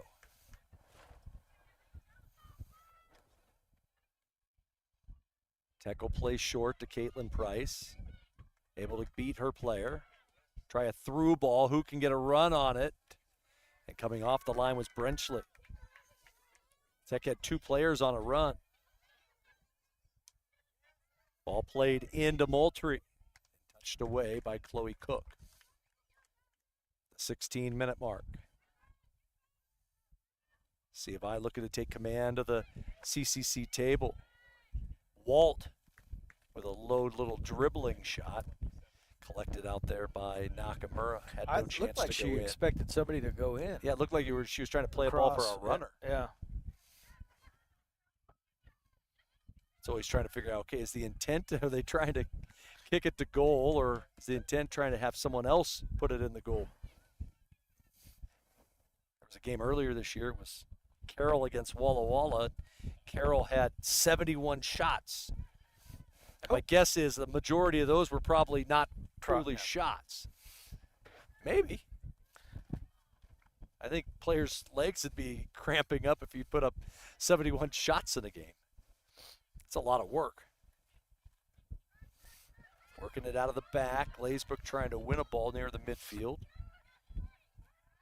Rubidoux will play it back to her teammate Lyons. There's another 50-50 ball there, won by C of I. It just seems like that their intensity after halftime has been there. A young Oregon Tech team, a lot of veteran players, but a lot of youth out there. How do you handle that adversity? Brenna Lewis with some space. Tries to play the middle. Had a player inside in Jacobson, but she got caught up by the Terp monster. Now it's Soskus. Sydney, I believe, will earn a corner for Tech. Set piece opportunity for OIT. We'll see if it's Jaylee Curran who will take the corner with Naputi on the bench, or if someone else will step up. And it looks like it'll be Curran. Yep, that's exactly who it is.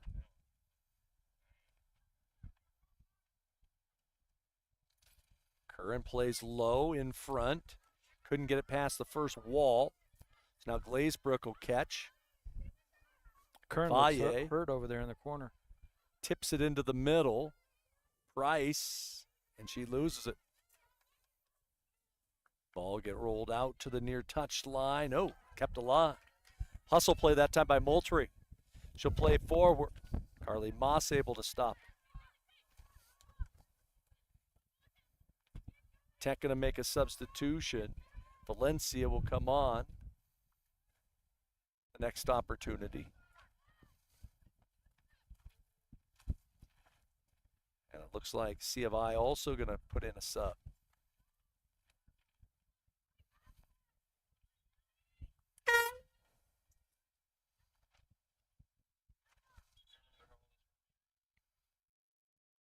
See who the other sub is. Looks like 15 off for C of I. 8 for 15 is the C of I sub. No, it is 8 for 15 for Tech. They're giving us the wrong numbers, Michael. Now it says 15 on, 22 off. That's C of I. 15 for 22 for C of I. So on is Reed, off. And C of I doesn't have a 22. I'm not sure what they're doing. Let's just let it be, Mikey. In the computer, it says Zoe Takeuchi. Yep, she is not. She is a red shirt. So that is a definite no. We'll fix that later. Let's just delete it. You want me to delete it now? Delete it. Okay. Yes, they put up the wrong number. Whoever is running the card is not doing their job today. As a left-footed shot in space for Tech. That was by Curran, gets saved up by the keeper. We'll have to do it the old school way, Mike, and just figure out the balls on the field. For the most part at this time, everybody's playing, so it's not like it's new bodies coming in. As our tent is about to blow There's away. that 35-plus mile-an-hour wind right there, baby. Looking on the field for Tech, see what changes they may have made. I mentioned Valencia. The other one that came on for Tech was Raimundo. So I believe the substitution for OIT was 5 on for 22. Glazebrook off and Raimundo on for OIT. So 5 on for 22 for Tech. Trying to see if there's a number for C of I that looks new. And I haven't seen one. As it'll be Moultrie. Playing wide, unmarked on the back post. Shot by Lyons goes high. Check that Little. It was Madison Little, sophomore from Las Vegas. Nobody marked her. The beauty is in the men's game, Torrin Combs always does the subs, and we know Torrin will do a great job. He's our boy. Walt plays wide. The through ball had an unmarked Egerin about 12 yards from goal, but was unable to finish. How's that saying go, Mr. Safford, that the best defense is a good offense? Good offense. That's kind of what C of I here in this half has done. They've been able to keep the ball on their third, offensive third for the majority, and created chance after chance. Just the athleticism of C of I has really come to play. Ball touched in. Brianna Lewis, who's played the full 35 here in the period, tries a left-footed shot. And that one misses wide to the right past Benchley. Lewis ranks second in the conference in shot attempts. Leads the league in helpers with 7.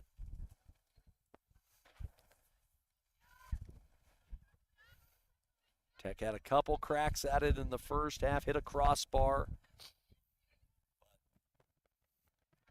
Unable to find the goal. And then C of I comes out 30 seconds into the second half, scores.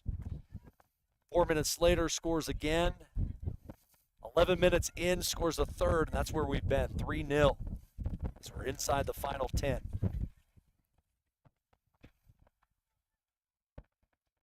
The thing that's interesting, Mike, is the fact that a lot of times you see teams with a 3-goal lead just basically go into a defensive shell and knock the ball around. See if I just keeping the pressure. I honestly think a lot of that is when you're on a national stage, style points are important. And we'll stop the clock, right? Yep. Okay. Clock will stop for C of I. 38 on for 2.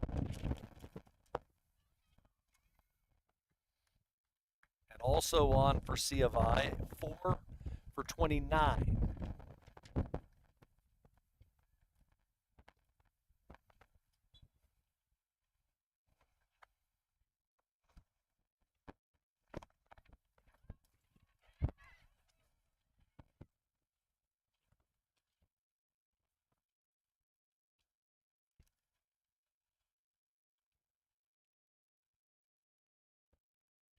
Now I see why there was a red flag warning today, Mike.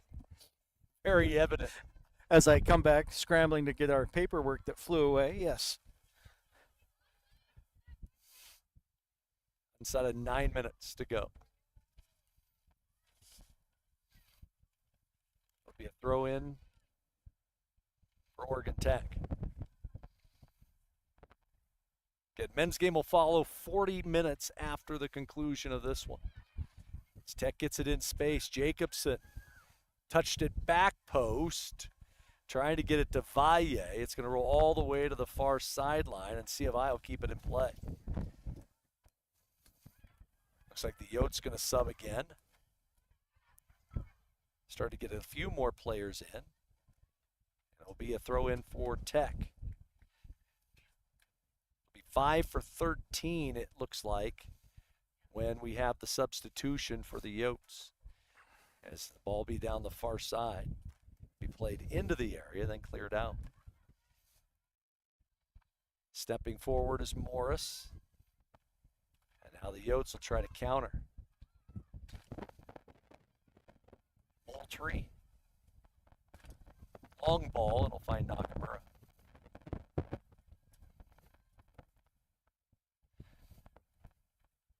Coming into the day, Nakamura had allowed just 4 goals all year. She's given up 3 today.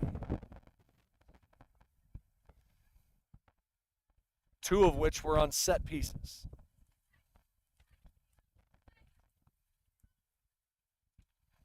Down the near sideline, played in. Soskus.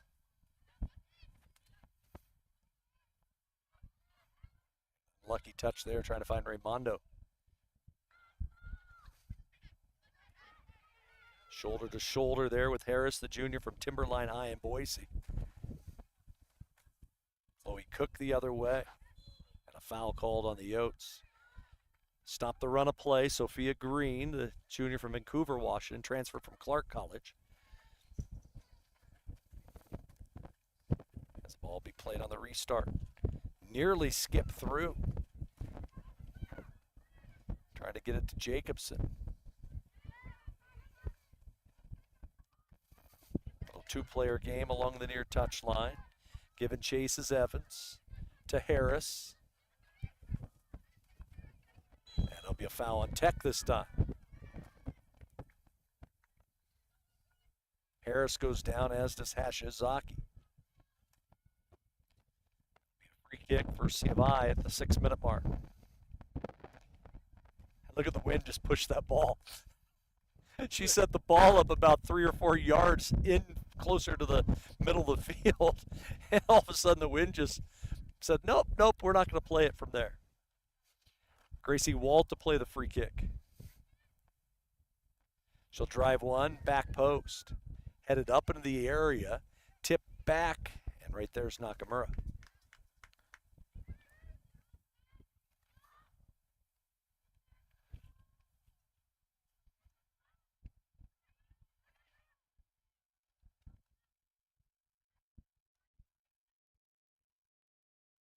I know the Owls would love to get another crack at C of I in the playoffs. Be a long time between then and now, though. Jacobson to the feet of Suskus. And I know Tom Moore would say, playoffs? Yep. A lot of season left. And they'll play to the feet. Ball roll all the way to the corner. It'll be a throw in for Tech. See if I trying to get a sub in. I see Jerry Sheets, one of their assistants, up off the bench. Easy to pick Jerry up, wearing a pink shirt today. Longtime assistant for Brian Smith. The ball headed into space. Touch wide. Unmarked player. Harris. Ooh, Tech got lucky on that one. Can Tech work on the counter? Shoulder to shoulder tackle in the midfield on a 50-50 ball. Lewis going to try to get past her player, and does. Brianna Lewis down the left sideline, plays a through ball. Jacobson shot, crossbar. KJ off the crossbar, oh boy.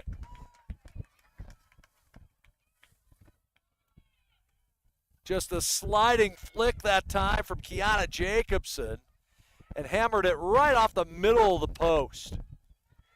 Second time the Tech's hit a crossbar today. Woulda, coulda, shoulda, Mikey. You get either one of those, especially the one in the first half, you're up 1-0.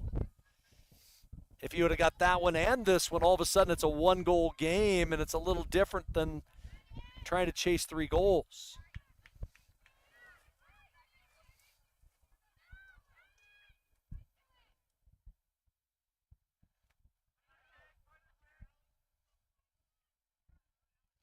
Far side goes Little. Plays it to Moultrie. And it gets touched out. It'll be a throw in again for Tech. Did they pull off that sub? I think the sub finally said, you know what?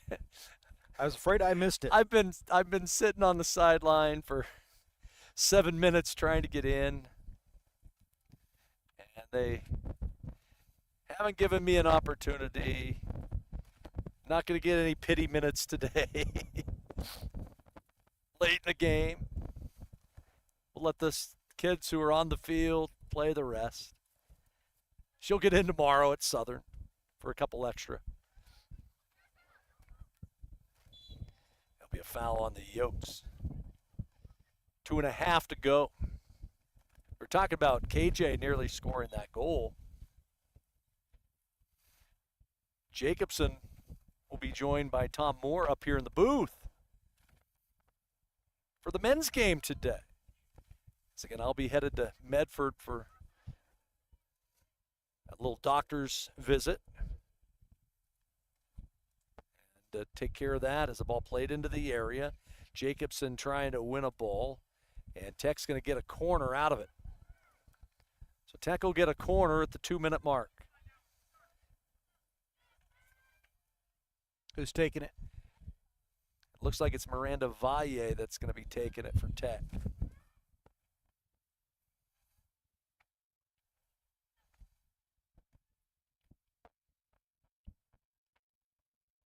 She'll play to the near post, and it gets cleared away.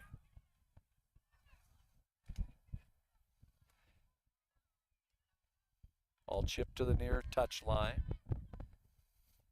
Kaylin Ness would be the next OIT player to come on here late. But only 90 seconds left.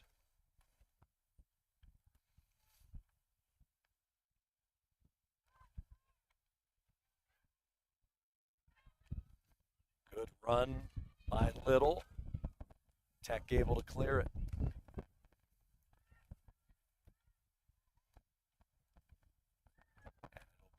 Substitution for OIT. It'll be 16 on for 14 for the final minute. Clock does not stop in that situation. That should be our last sub, you would think. Oh, Cloud, Mike. Oh, Cloud went away from the sun for a second. You probably saw it on the screen, how the field went from bright to dark. Temperature dropped about 20 degrees. As we're inside the final 30 seconds, College of Idaho looks like they're going to win 3-0. Get 3 important points in the Cascade Conference table, and Tech going to look to rebound tomorrow against Eastern Oregon. Clock will roll down inside of 10. 10. Chloe 9, Cook 8, through ball to Ness. Brenchley will get it, and the clock's going to roll out. It'll be 3-0. Final, C of I able to go on the road and win in a place that has been extremely difficult for teams to win at, and that is here in Klamath Falls. Again, the final 3-0 in favor of C of I. Again, men's game's going to follow us in about 40 minutes or so. We hope that you will stick around for that one. For Mike Garrard and all of our great folks that have been bringing you the action with Oregon Tech Broadcasting, I'm Mike Safford, reminding each and every one of you, don't just have a great day, make it a great day. The final again, College of Idaho knocks off Oregon Tech 3-0. I'll see you tomorrow at noon for Eastern and Oregon Tech. And again, Kiana Jacobson and Tom Moore will have the call coming up 40 minutes from now right here on the Owl Sports Network.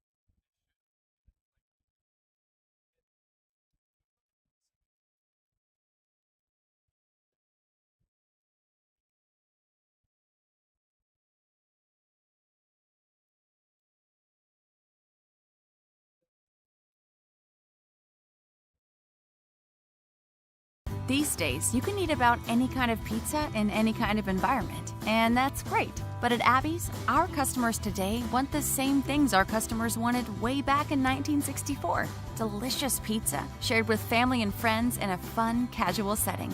If that sounds old-fashioned, that's sort of the point. From our 36 locations, Abby serves the kind of traditional pizza that traditions are made of. Good to the last slice. Abby's, a legendary pizza tradition. Yum. From our humble beginnings serving members from a small garage to today, serving communities across Southern Oregon, Rogue Credit Union was founded on the idea that together, we're stronger. For over 60 years, Rogue has been living, giving, supporting local, committed to lending a hand. Where you're more than just an auto loan or checking account, you're an owner, just like our founders intended back in that small garage in 1956. Living local, it's a Rogue thing. When you buy tires at Les Schwab, you're getting more than just tires. You're getting America's best tire warranty, 60-day satisfaction guarantee, no hassle road hazard protection, and free maintenance for the life of your tires. So if something happens to your tire on the road, we'll fix it, or we'll replace it, no questions asked. Other places make you pay extra for that kind of protection, but at Les Schwab, it's included with every set of tires, because more warranty means less worry, and nobody stands by their tires like Les Schwab. Get more from Les. At Papa Murphy's, we know family time is more important than ever. And our family wants to do all we can to help your family. So we're making it easier to get pizza made from scratch that you bake at home by offering online ordering everywhere and delivery and curbside pickup where we can. So you can keep family time as normal as possible. Papa Murphy's. We're in this together. Win Win your share of $45,000 in cash and prizes at Clamoya. Win up to $250 cash playing Monster Mash Sunday Kiosk. Win cash and up to $500 free play during Wicked Winnings Friday drawings. Join our Wild Card Wednesday slot tournaments and you could win up to $500 cash. Win cash and up to $500 free play during Witch's Brew Sunday Hot Seats. Play Pumpkin Plinko Thursday Hot Seats and win up to $200 in cash. Win prizes and cash playing Indigenous Peoples Day Hot Seats only at Clamoya Casino in Chiloquin. The cars we drive play an important part of our everyday. Whether we're going to work, dropping off the kids at school, or maybe even on that first date. Vehicles we drive play an important role in all of that. And that's why at Klamath Falls Subaru, we are so passionate about getting you the long-lasting vehicle that you will love. When you come to our store, you'll find that every department is dedicated to caring for our customers, which is why I can proudly send anyone here knowing that they will be treated like family. Stop by and say hi, because whether you've driven 1 mile or 1,000, when you come to Klamath Falls Subaru, you're coming home.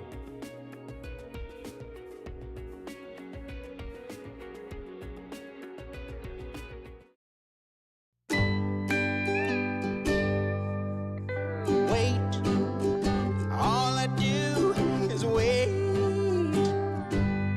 So lonely, I just sigh and moan.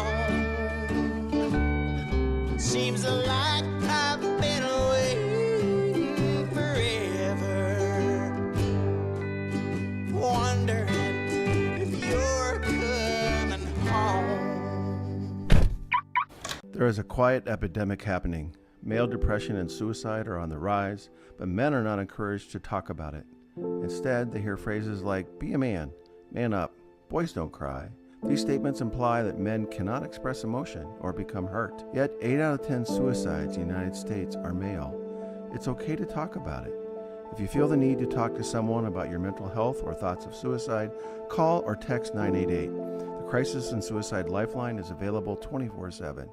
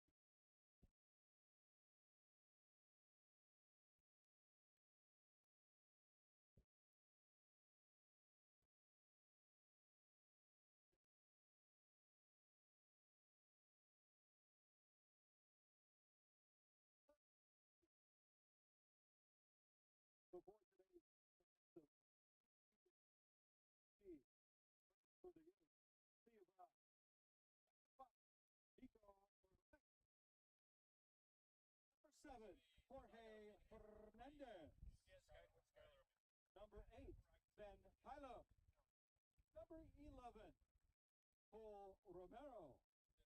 Number 15, Eric Hornig. Number 19, Danny Leos. Number 21, Caden Green. Number 22, Grant Embry. Number 26, Mike Anderson. Number 34, Maurice Nunner. And at goalkeeper for the Yotes, number 41, Matt Prawn. Head coach is Thomas Baker.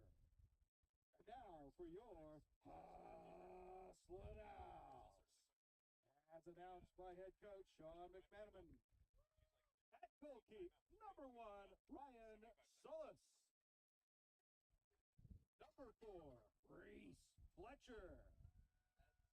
Number 6, Cooper Hunt. Number 8, Anthony Aguilar.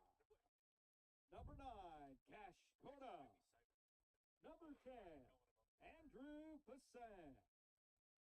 Number 11, Kiko Salas. Number 12, Silver Winder. Number 17, Kevin Rodriguez. Number 20, Treasure Meyer. And number 27, Manny Garcia. Your Hustlin' Out. Assistant coach is Rosendo Juarez. Torin Combs, and our athletic trainer today is Nicole Kendra. At this time, we ask that you please rise. Gentlemen, remove your caps as we honor America with the playing of our national anthem.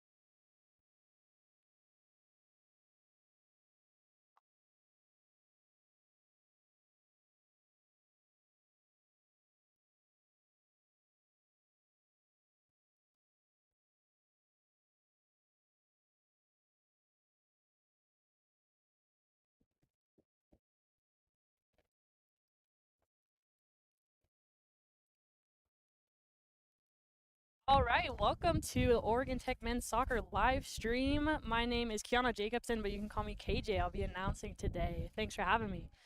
With me, too, is the women's head soccer coach, Tom Moore. Thanks for being with me. Thank you, KJ. Exciting game today.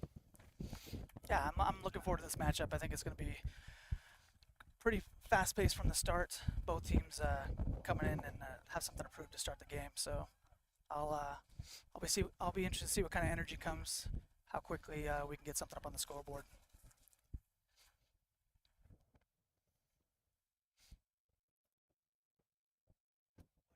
No joke, it is it is windy here today. Windy. Yep. Indeed. Tent feels like it's about to fall. I'm trying to sit down on this seat, but this turf burn is a little uncomfortable here.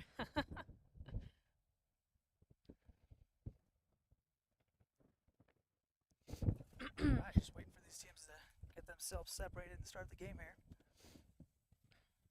For sure. College of Idaho in the dark uniforms working left to rights. Oregon Tech in the white uniforms working right to left. First half.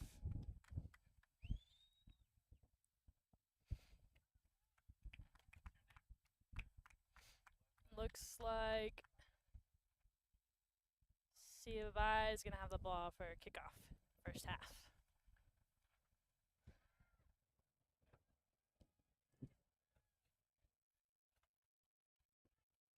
Decent crowd today too. Like a lot of people had time to show up. It's good. It's good support. For sure. Caldwell's not too far away. It's a little, a little 6-hour, maybe 7-hour drive there, but just a little one. Still nice to see though. Nice to see the fans in the stands.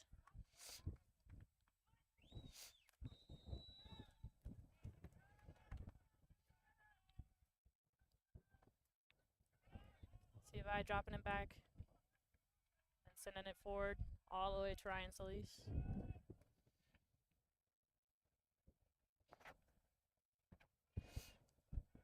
Yeah, a little too far from Ryan. I'm seeing that today. That wind is just going to play havoc. It's going to be pretty difficult to get used to at first. It is. Plus, it's not necessarily going from goal to goal. It's kind of going across the field here. True.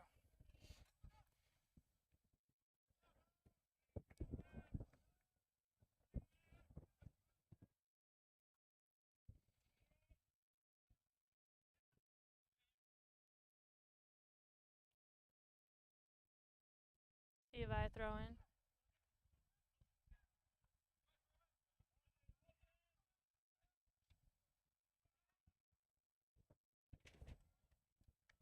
Good patience there.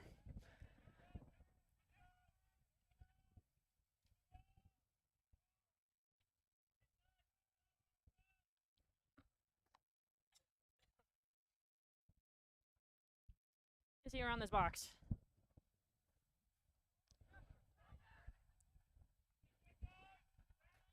Good diagonal ball, chested down by Kevin.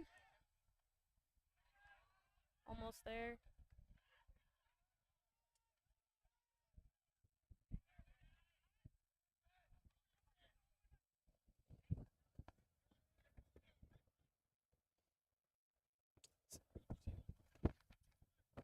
Another C of I throw in by number 34.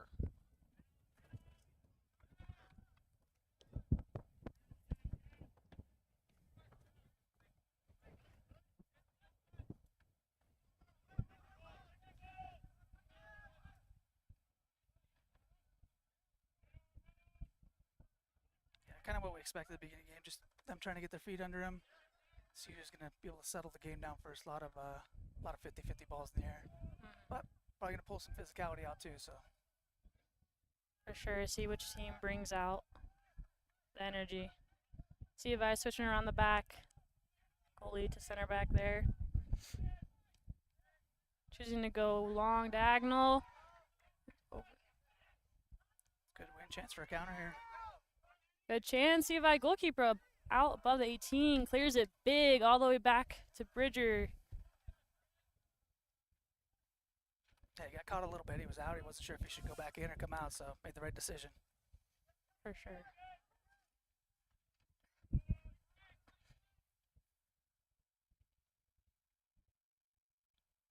I'll try to play up line to Andy. Almost there.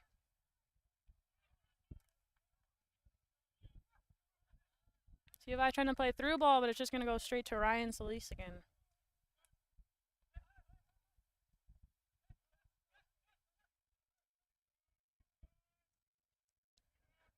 Good patience from Tech. Finding some passes. Good battle there on the outside.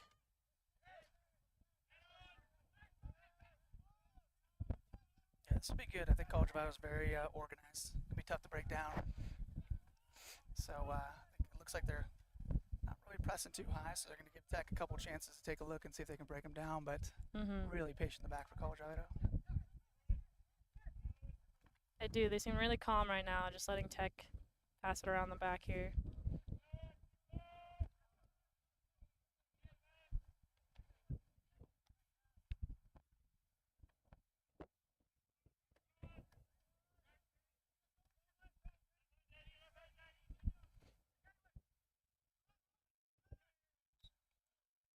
Foul called for Tech.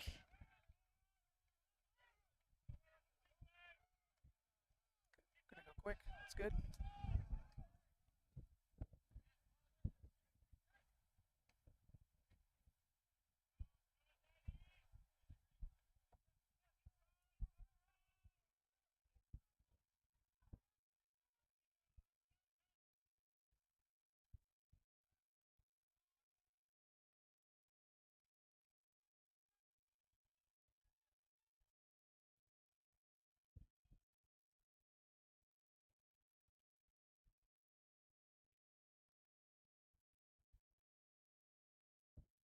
Rodriguez in the middle. Finding Silver out wide. Good patience still, just holding, keeping possession. Bridger playing back. Solis trying to distribute out and big, but the wind today slowed that ball up just a little bit. Yeah, it's going to be tough.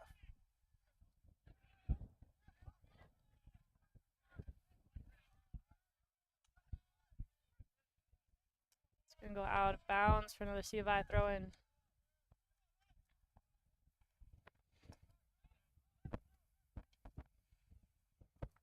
Just 34. Noter. A little press there. Almost pressed by Manny Garcia there.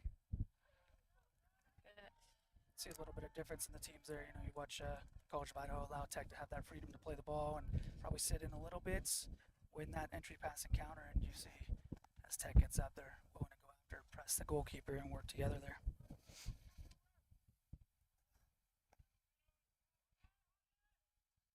Good step in front on the throw-in of C of I on the opposite side of the field there.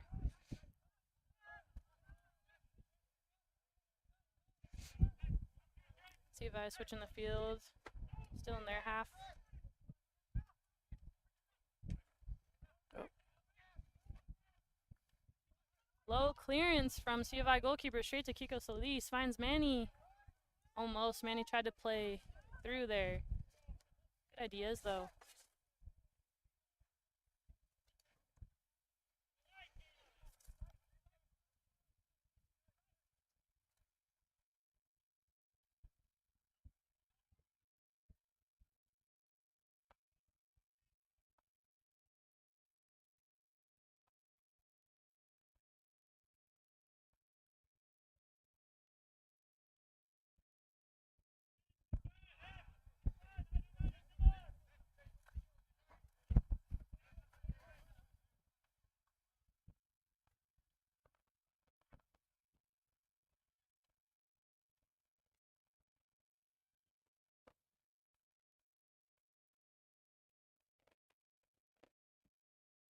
The ball, throwing it in again.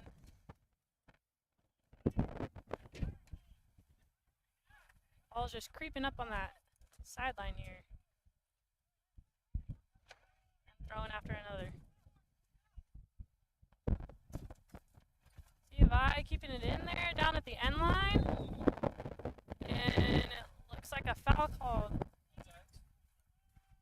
Offsides there. Looks like Bridger's gonna take it.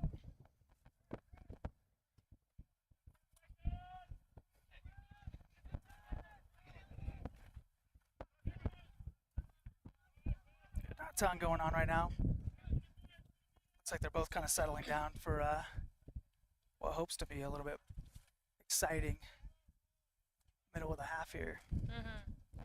C of I really packing it in there. Not too many white numbers up there. Solis trying to go forward, getting a throw in for Tech up in their C of I's half. Silver is going to take throw in for Tech. Playing Rodriguez. Rodriguez headed back to Silver.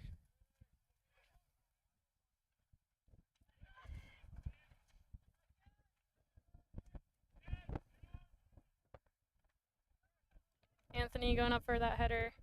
Still on the same side right there. Will he call?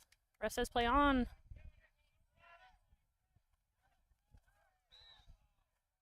Oh, foul called for Tech. Looks like Cash was the one pushed down there.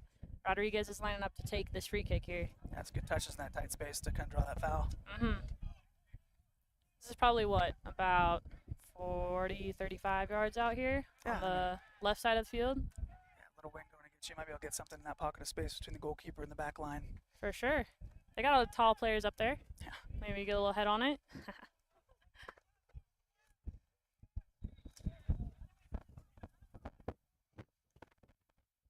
Curving ball by Rodriguez. Played back out. Finding Silver back. Service again. Oh, almost. Not a bad look.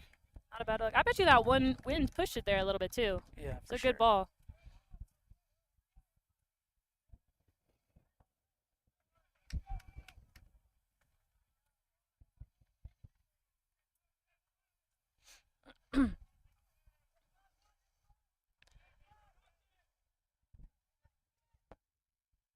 Manny checking down to receive that throw in, trying to play Andy through there. Keeper is coming really far out for C of I, but found their center mid. Playing out wide to Nodar on C of I, but Cash Coda's there for pressing, finds Manny in the center. Can Manny get a shot off? And it's a goal! Manny Garcia, assisted by Cash Coda.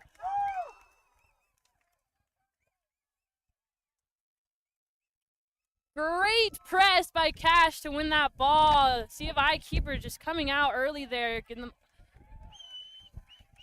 making that decision, but great press. Great ball. Good touch by Manny and placed it into the corner there. I think we got a chance to see what we're talking about, which was we initially pressed that ball back. They were a little bit unsure whether to play the keeper. We tried to play that switching ball, and we jumped on it. And what a great counter. Once you win that press, man, right to goal. Great job. For sure, for sure. Cash. Oh.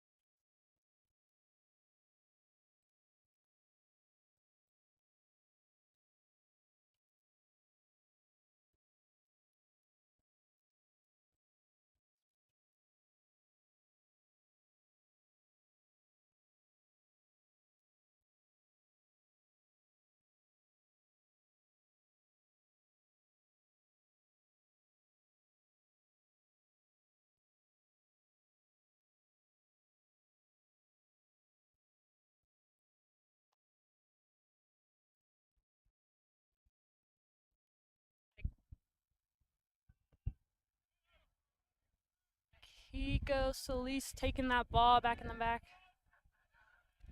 It's found around the middle there. Good recovery by Bridger there. Playing it up the line. Finds Anthony. Manny's there too. Touching around. See if Cash Coda's there to receive it, still on this left side here. Good little heel pass, Manny Garcia finding Cash Coda, driving in the center again. Almost tried to play Anthony through there. CFI trying to counter quick, but Cooper there for the clearance. Yeah, I'm not going to lie. Tech looks real dangerous in some of those tight situations once they get running.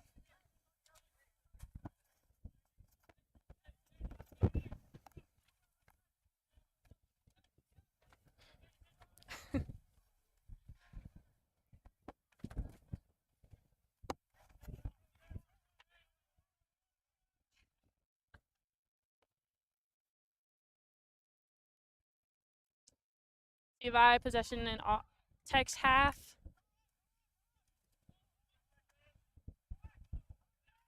Cleared. Out by Tech. But recovered by CVI center back. Number 26.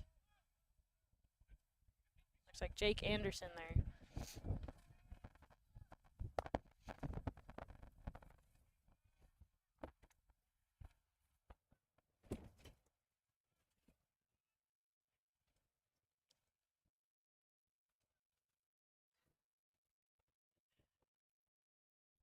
I'm trying to get a better view here.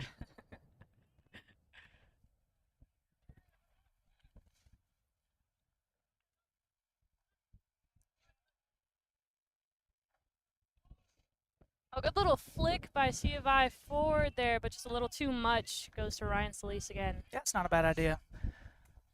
This wind is shifting a little bit. It's giving College of Idaho a little bit of wind at their back. So like to see what their response is to this goal that Tech has scored. For sure. Good turn by Silver there, driving down the line, keeping the ball.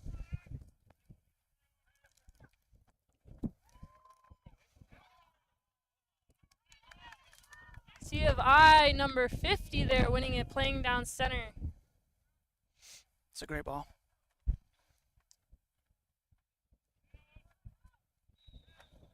Tech fortunate there. That ball got over the end line. Great run, great ball from College of Idaho there. For sure. Seems like they have a little bit of momentum. So let's see what Tech will do with that.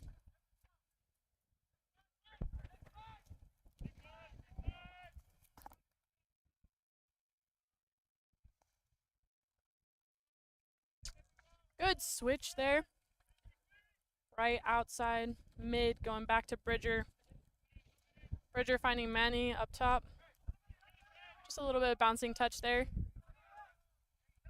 Anthony knocking it down for Cash. Cash is going to try to play Andy through. Looks a little far, though. See if I's goalkeeper is there to get it. Yeah, it's a good idea. I noticed, with this wind, see if I's keeper's playing pretty high, so that ball's going to have to be pretty perfect to get there. I think he's got the jump on most of them. For sure, especially since it's coming, the wind is coming from the player's bench over there to us over here on the fan side.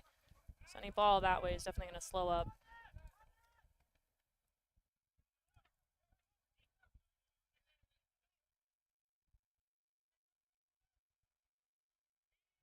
You can tell the CFI goalkeeper has learned. Garcia started pressing a little bit, but played one touch pass. It was a good pass. Good distribution there from CFI, switching the field just a little too fast with that wind there, though. They're not quite able to get on the end of it. A little bit of a struggle for CFI right now to get some dangerous possession in the attacking half.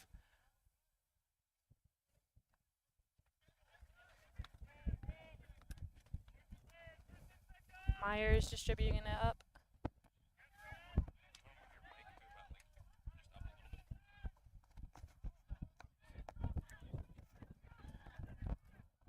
Looks like an attempted shot by CFI number 7. Just a little low, but a little wide there. Looks like number 7 is Jorge Fernandez.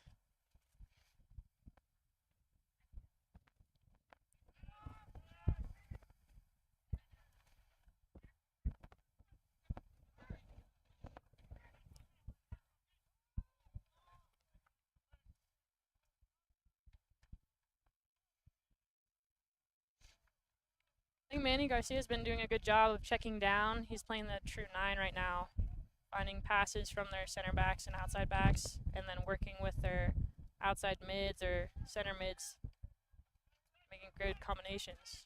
Yeah, movement looks real good today. I think both these teams obviously coming off the games they did last weekend are got to come out and make a statement. I think Tech's done that so far, and C of I trying to figure out a way to get their feet under them. Oh. It's a good save from the keeper, though. Mm-hmm.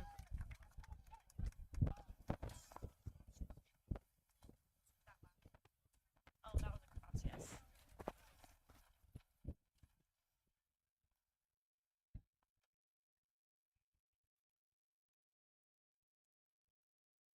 The energy seems great from Tech today. Had an unfortunate few past games with the loss streak, but you could see the energy in the way they're playing right now and how they're working together with each other too. Cooper Hunt finding Bridger, finding Kiko. Not a bad idea from C of I there. Just probably rushed it a little bit. Felt like he had a good turn, had a good look at the opposite side of the field, maybe get some possession in the attacking half. But I mean, for all we know, the coach's tactic right now is to try to switch the point real quick against him. So they tried it, didn't work. C of I, top of the arc, also the shooter spot there. What's that? Rodriguez coming in a little hard there. Foul given for C of I. Probably about 20, 25 yards out there. Pretty good spot. But going against the wind as well, so curious to see what they do with that. That's going to be tough, too, for Tech goalkeeper to figure out what the path of this ball is going to look like with a wind, too.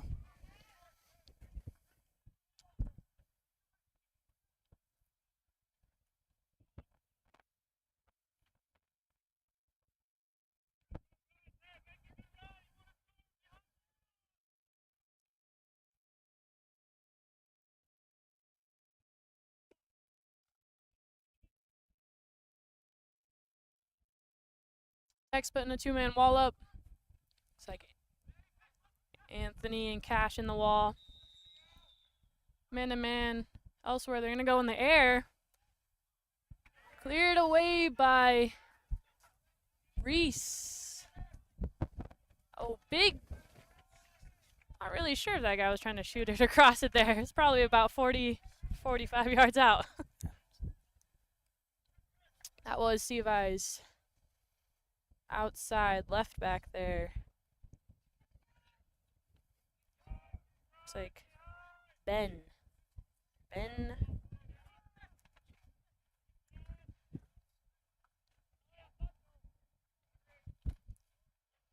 So he's taking a goal kick. It's a good ball. Good idea for high possession there.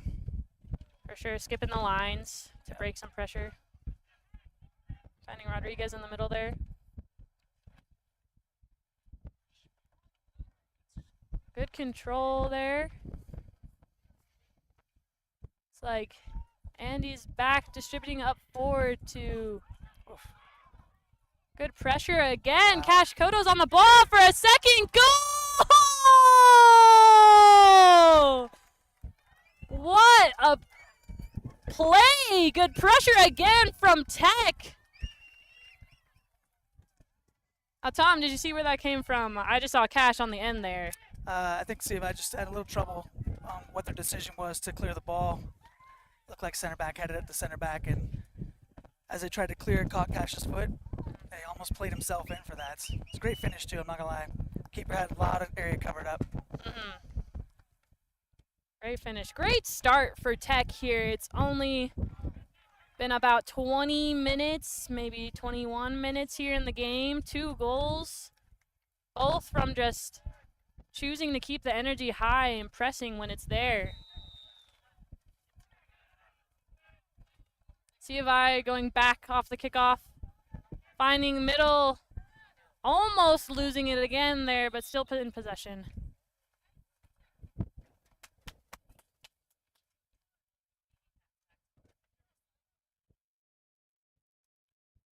The ref stopped play for a little bit. Looks like he's talking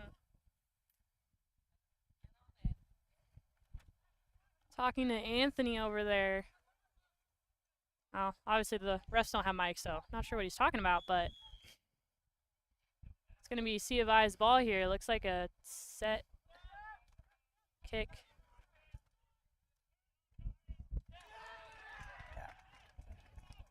C of I definitely rattled right now.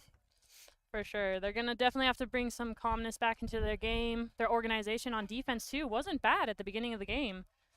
Just got to bring that back again. Tech trying to play quick, finding Logan running up the field. Logan's trying to cross it in. C of I's goalkeeper gets it, though.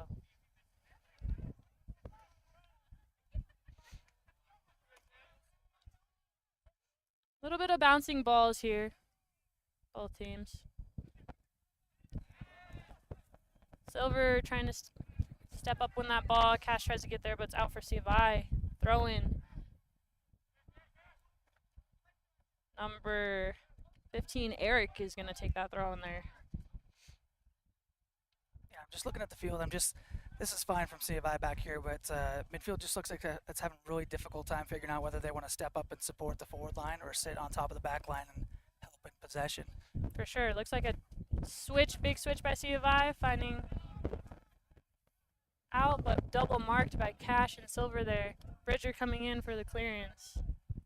Good touch. Good touch there by number 8 on C of I, Ben.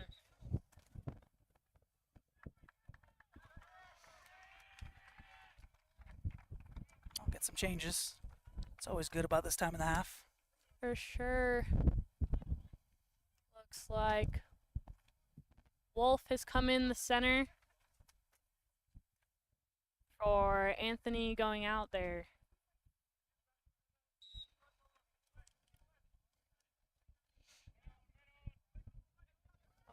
Awkward deal, guys. Kevin Rodriguez. Cash Coda. Good touch. Way to keep that Silver there. Referee calling a foul.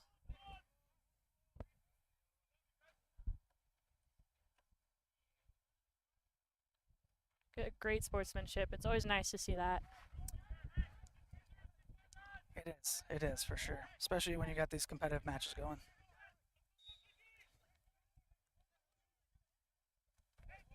Rodriguez on the ball here. Quite literally just dead on the 50.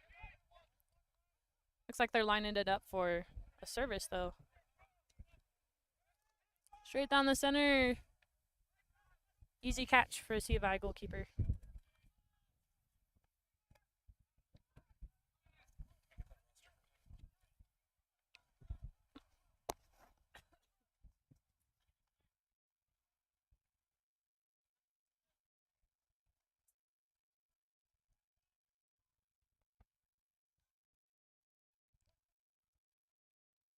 Looks like there are a couple of changes here. I see Andy up top at the 9 now. Logan is out on the right for Tech.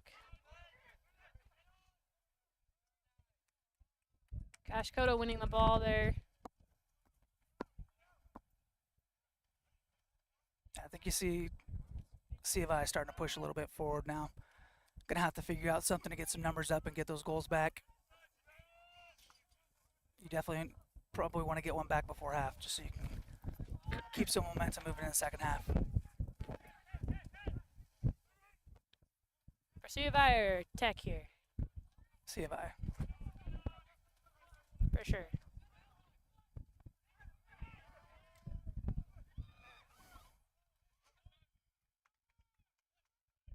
Tech playing quick on the throw there. Wolf to Silver. Back to Kiko. Kiko switching. It's going to be tough in this wind, yep. C of I able to get there. Ben on the ball.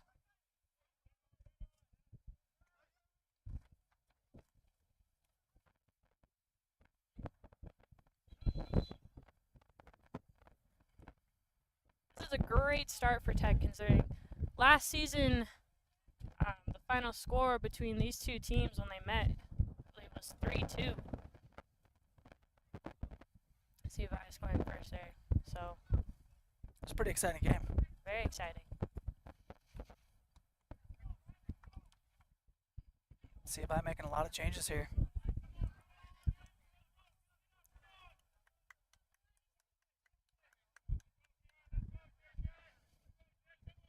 Looks like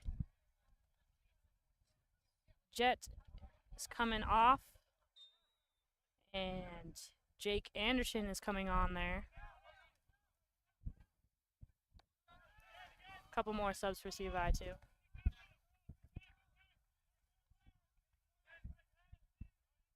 I think just injecting some energy into them now that need it.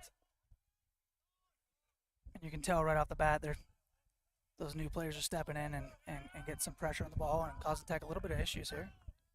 sure.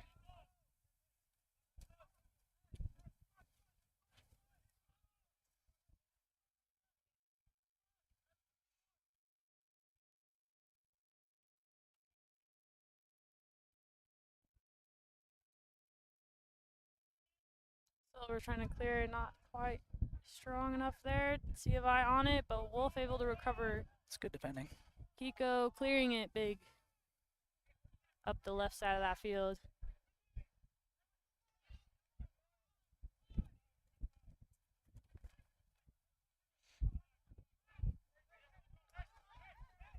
Nico Erlang. Kashkota. Rodriguez finding Wolf. Rodriguez switching, finding Reese. It's good patience. Good patience indeed, almost finding Logan up there. Ball ran a little too far, a little too fast, I mean. Yeah, it's a tough one, just missed his feet. Trying to get some possession a little bit higher upfield and create some type of cross or whatnot.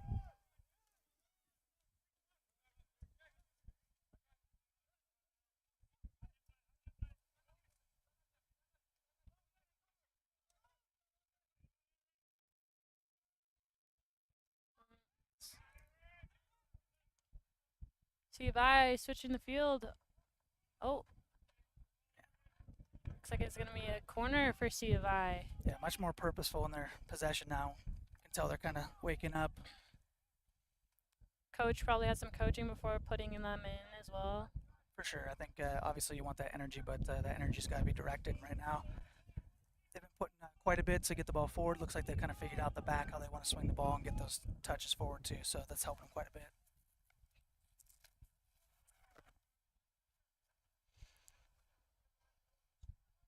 Corner kick is on the left side facing our goal. Curving in, cleared out to C of I up at the top, but shot goes too high.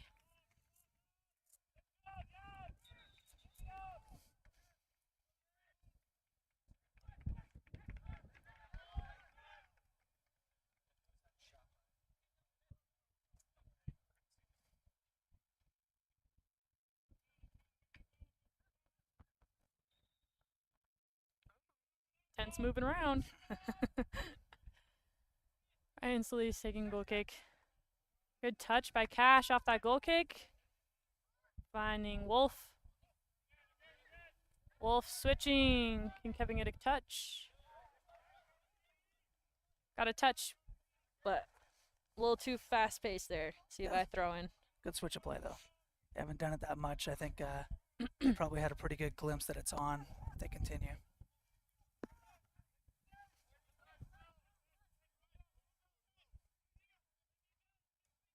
Arthur Prost on the field up at the 9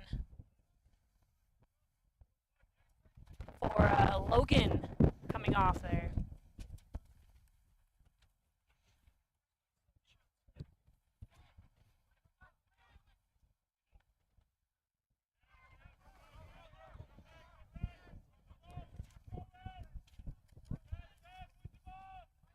Silver back to Bridger. Bridger to Solis. Solis, good distributions today.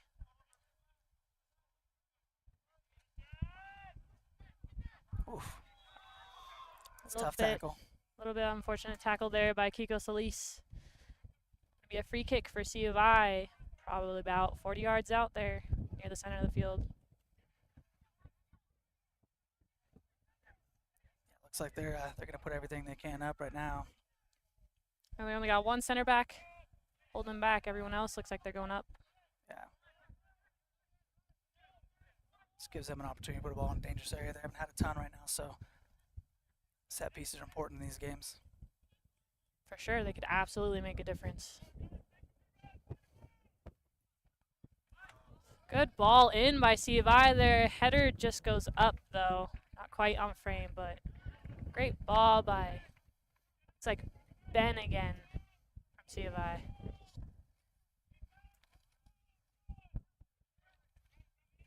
Cooper Hunt, finding Reese, Andy, little back heel flick. Arthur, see if I.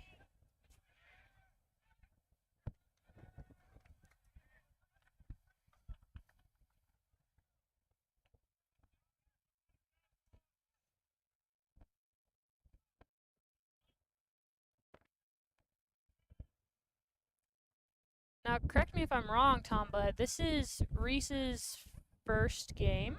Yeah, I believe so. Yeah, finally got everything cleared and got really jammed up in the eligibility process, unfortunately. Missed quite a few games, but Well, opportunity for C of I, top of the 18 there, but many owls there to block it. But yeah, that's exciting for Reese, though. Getting to play minutes, everything's cleared now. yep, I think Coach feels like he can make an immediate impact, so that's why we see him getting some minutes right away. So good for him.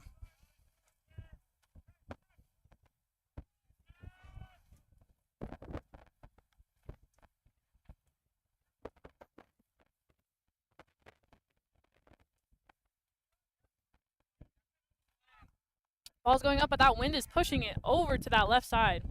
C of I clearing it to the moons. It's going to take a while. All the way up to the building up there. And that wind is not helping. It's pushing that ball away. But that's why we got extra balls down on the field, ladies and gentlemen.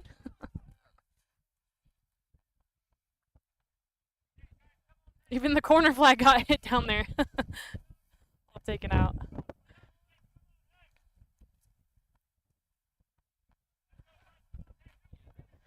Silver taking the throw in for Tech up in C of I's half over here on the left side. Like another 3 or 4 C of I subs, and I think Tech put in another 2 or so. Looking for a last 10-minute stretch here to push. Cleared by C of I. Back to Cooper, Hunt. All the way back to Solis. Solis going up the left. C of I able to get that one. Good knockdown there by C of I. Number 20.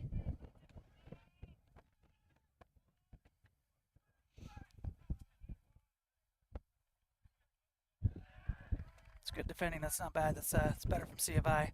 It's been a little bit. They've had a spell here where they haven't been able to connect as many passes as they probably want. So it's good to see that little bit of possession there and attack from it. For sure. I think those subs are definitely making an impact here.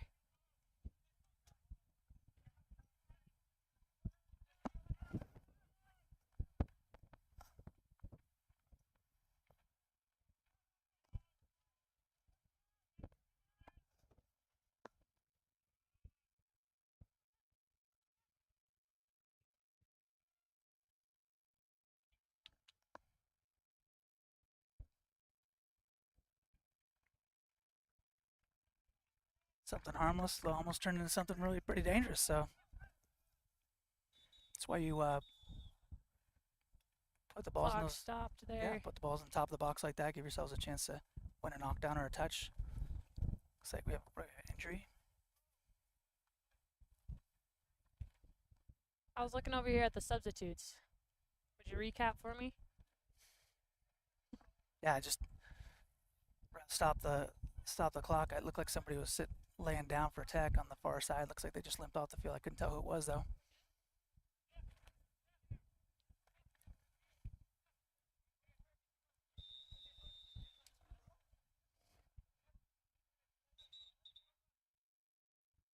Ref is telling Ryan to put the ball on the ground and play, not in his hands. Silver to Hunt to Reese. Good touch there. Yeah, it's good from Tech. They're having to weather a little bit of a. See if I was trying to press this last 10 minutes to make something happen. So. Prost. All the way back to Solis.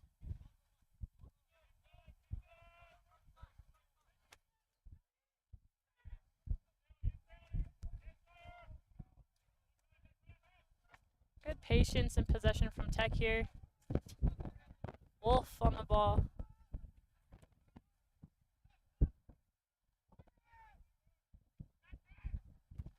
Oh, crossing in. See if I will be able to get that. That's a good stretch from Tech. Good patience and build up, swinging the ball side to side, get their opportunities to get the ball up and get themselves a real good creative cross there.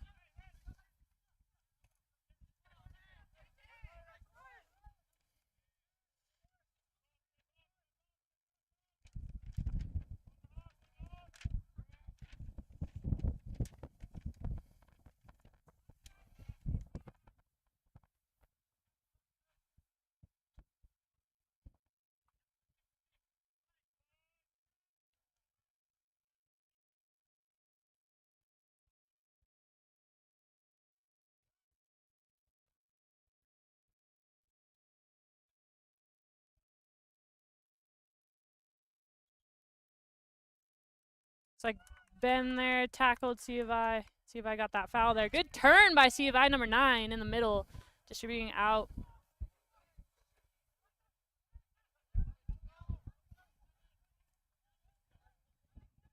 Good spell of possession. Rodriguez clearing that ball there though. See if I back in possession.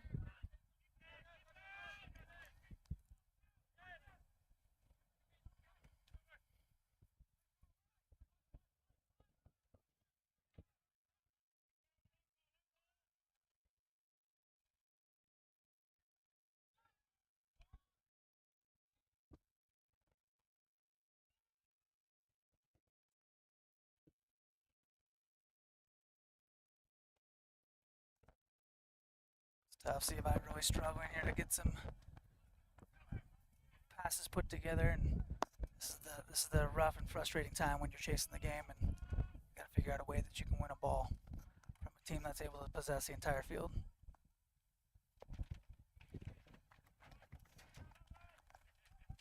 So it seems like Cash Cota was the one to go out earlier from the stoppage play, and he might be injured over there.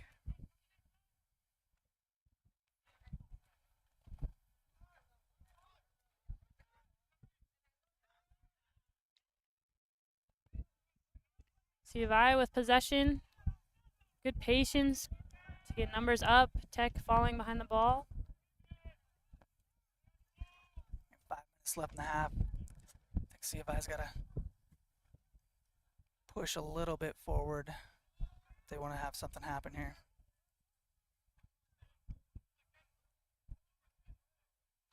Wasn't a bad idea by Cooper there. No one on the end of it. See if I making some subs here. See 34 going out.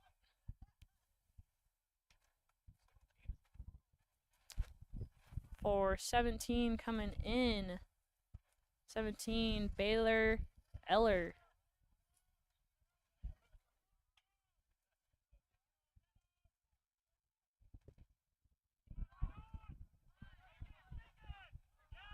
See if I switch in the field here.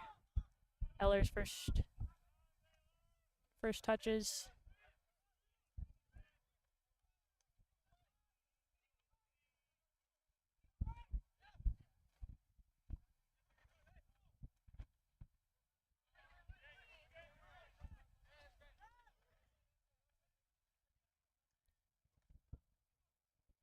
It's like also for C of I, 25. Tyler Schwartz out for 22. Grant coming in as well. Shot by C of I, top of the box, but saved by Ryan Solis. Yeah, it was a good little possession here on the sideline. Kind of drew Tech over and got that ball that split through the middle. And great first touch forward to attack the goal. A great vision to see you to take that shot too. Yeah. Placed a little bit in the corner.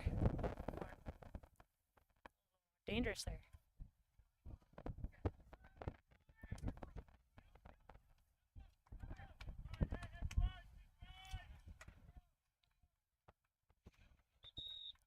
Just 3.5 minutes left here in that first half.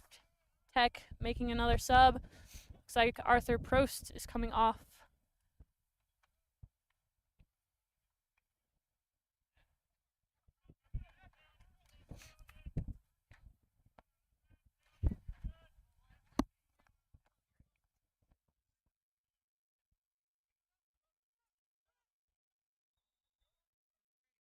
Eric Tamio coming on for Arthur.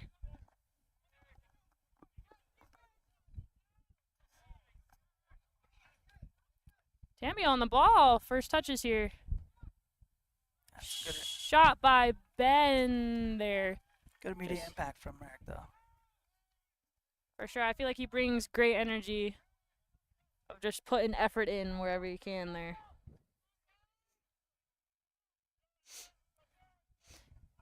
He's coming in as a true freshman here from Hawaii for Tech. He's gotten some decent minutes playing too. Cool to see.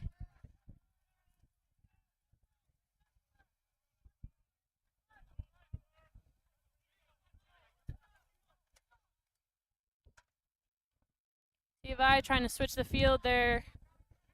Reese clearing it with a header though.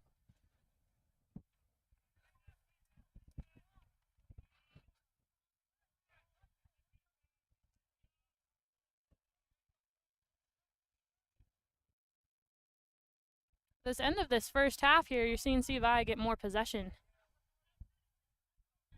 Trying to be a little bit more organized.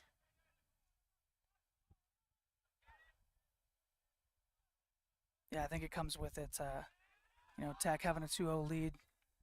Not that you want to take your foot off the gas, but you do feel pretty good in not giving up any goals in the half. And sometimes your team's going to sit a little bit more. And CFI obviously got to get forward, got to make something happen before the half ends. For sure. Different runs up top, chances, taking them.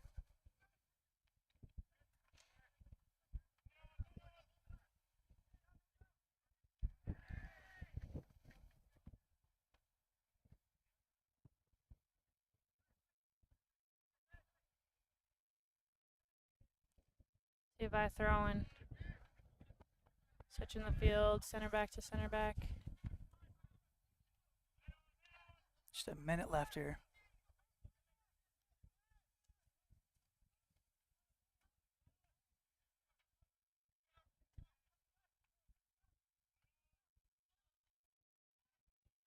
Good idea from C of I there. A good defense by Wolf just to get a little bit of tight pressure.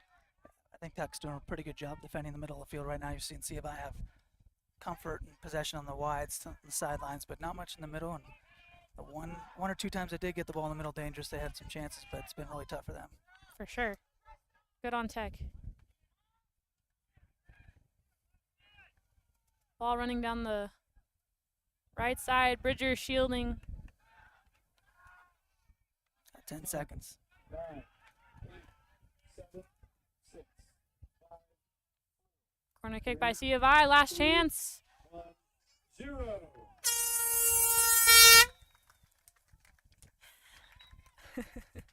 And that is the first half of Oregon Tech playing C of I here in Klamath Falls. Oregon Tech up 2, C of I 0. Great first half by Oregon Tech. The cars we drive play an important part of our everyday. Whether we're going to work, dropping off the kids at school, or maybe even on that first date. Vehicles we drive play an important role in all of that. And that's why at Klamath Falls Subaru, we are so passionate about getting you the long-lasting vehicle that you will love. When you come to our store, you'll find that every department is dedicated to caring for our customers, which is why I can proudly send anyone here knowing that they will be treated like family. Stop by and say hi, because whether you've driven 1 mile or 1,000, when you come to Klamath Falls Subaru, you're coming home. Win your share of $45,000 in cash and prizes at Clamoya. Win up to $250 cash playing Monster Mash Sunday Kiosk. Win cash and up to $500 free play during Wicked Winnings Friday drawings. Join our Wild Card Wednesday slot tournaments and you could win up to $500 cash. Win cash and up to $500 free play during Witch's Brew Sunday Hot Seats. Play Pumpkin Plinko Thursday Hot Seats and win up to $200 in cash. Win prizes and cash playing Indigenous Peoples Day Hot Seats only at Clamoya Casino in Chiloquin. Wait, all I do is wait. So lonely, I just sigh and moan. Seems like I've been waiting forever, wondering if you're coming home.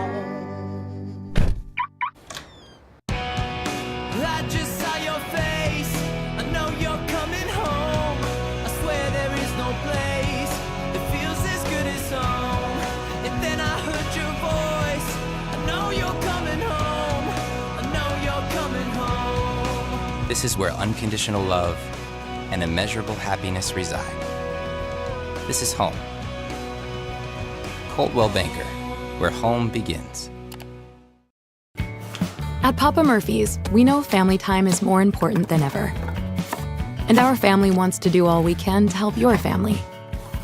So we're making it easier to get pizza made from scratch that you bake at home by offering online ordering everywhere and delivery and curbside pickup where we can. So you can keep family time as normal as possible. Papa Murphy's. We're in this together.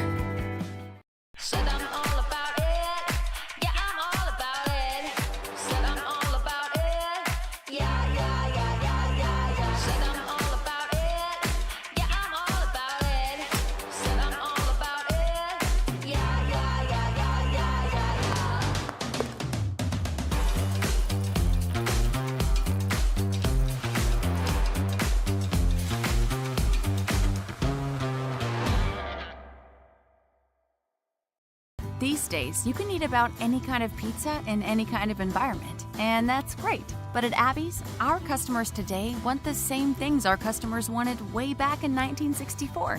Delicious pizza, shared with family and friends in a fun, casual setting. If that sounds old-fashioned, that's sort of the point. From our 36 locations, Abby serves the kind of traditional pizza that traditions are made of. Good to the last slice. Abby's, a legendary pizza tradition. Yum. From our humble beginnings serving members from a small garage to today, serving communities across Southern Oregon, Rogue Credit Union was founded on the idea that together we're stronger. For over 60 years, Rogue has been living, giving, supporting local, committed to lending a hand. Where you're more than just an auto loan or checking account, you're an owner, just like our founders intended back in that small garage in 1956. Living local, it's a Rogue thing.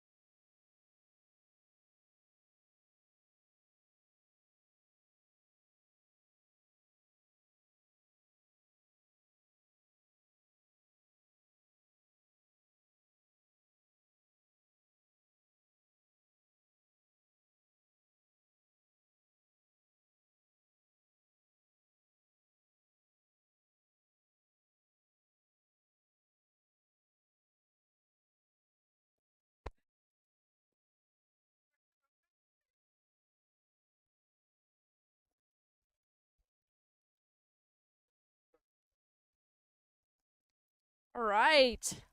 Welcome back. Second half of this match here.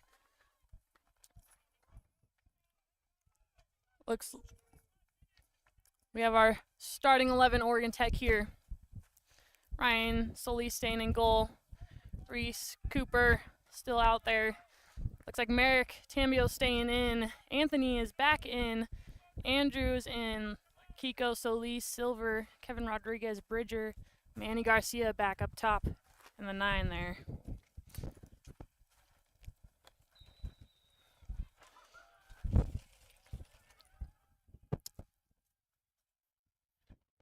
And for College of Idaho here, starting in the second half, we have Nico, Erlink, Sawyer, Pole, Jet, Crew, Baylor, Pierre, Grant, Hugo. Ooh, papers flying everywhere. Hugo Gutierrez and Hugo Guevara, and then Mate for C of I. College of Idaho. High pressing there, blocking a clearance from Silver. OIT goal kick here. Solis chooses to go quick to Cooper.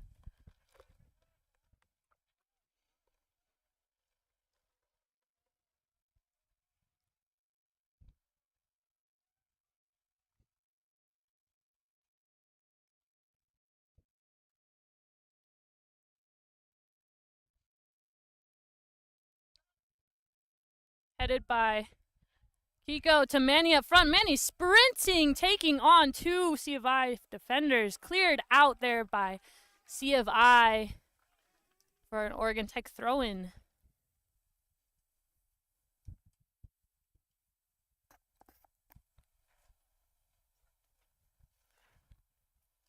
Yeah, you gotta like Manny pressing the ball forward like that. He's got a lot of confidence right now. For sure. It's good to see him get that goal, get more confidence in there.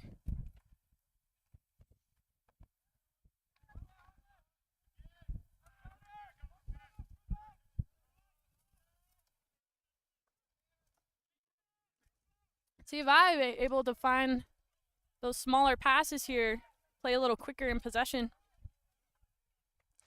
Yeah, I'm sure the halftime timeout pretty much gave them a chance to regroup. Looked like even in that first 30 seconds they were pressing a lot more. Bench is involved in it now. Everyone's getting kind of fired up, so they're going to need something here. See if I playing down the line. Ball just runs a little too fast.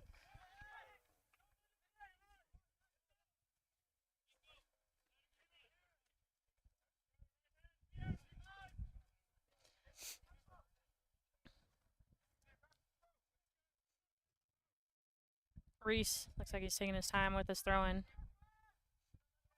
Manny trying to flick it on, letting it go out off the C of I defender. 22. Reese again for the throw-in. Off of Manny. Now C of I's throw-in. Number 23 is taking it, finds center. Good calm pass back there. Tambio pressing.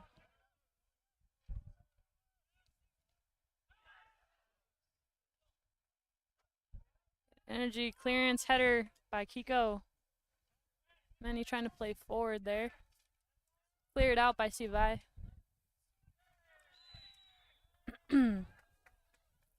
Rodriguez went up for a header. Looks like he got a little header words. They hit each other's heads, for lack of a better word.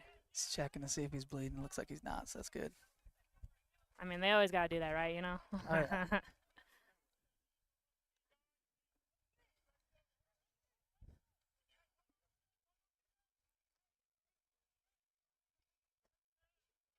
like Andy on this ball, taking it just above half, probably 45 yards out here.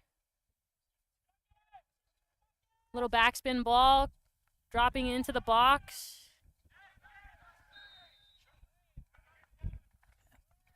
Not a bad ball. forced C of I kind of to drop in and couldn't get much on that header clearance, but they're fortunate with the handball on Tech. Mm-hmm. See if I playing short off of that free kick.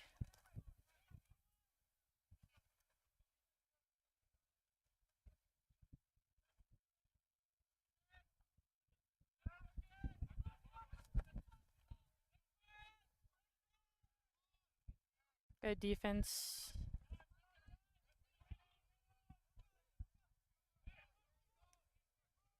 It's better movement from C of I there.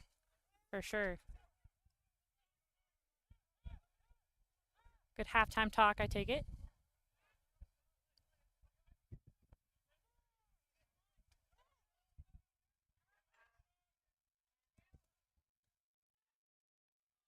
Attempted there, just missed that ball though.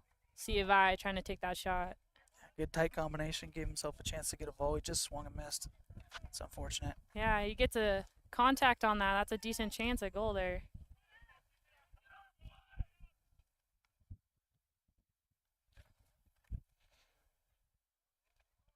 That shot looks like it was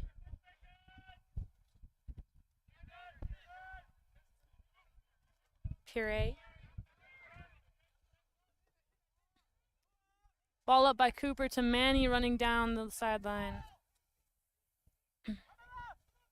Looking to cross it in. Good left-footed cross. I know he's right-footed, but he is both. See if I driving at the back line here of Tech. He's going to call that back. Yep. Going to maybe give a yellow card. Yeah. Yep. Little shirt tug, trying to stop the counter. I don't know if that was totally necessary there. We had 4 defenders, if not more, back. But at least Tech can reset here. Still a dangerous spot, though, for C of I. It's probably about 30 yards out. Yeah, this should give them a pretty good chance that they can get a good ball in here. They'll have a decent opportunity on goal. We got to factor in that wind, though. I don't know. It's died down a little bit. Maybe that helps them right now.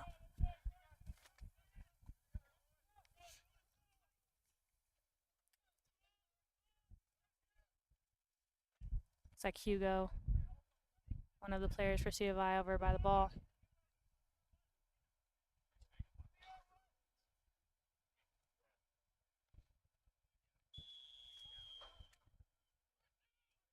Trying to curve it around the wall there. A little cheeky little play there. Didn't totally work out. C of I still in possession, though. I think that's what we're finding, you know, even that cross there, C of I getting that ball into a dangerous area, top of the box, but just no C of I players in those areas. For sure.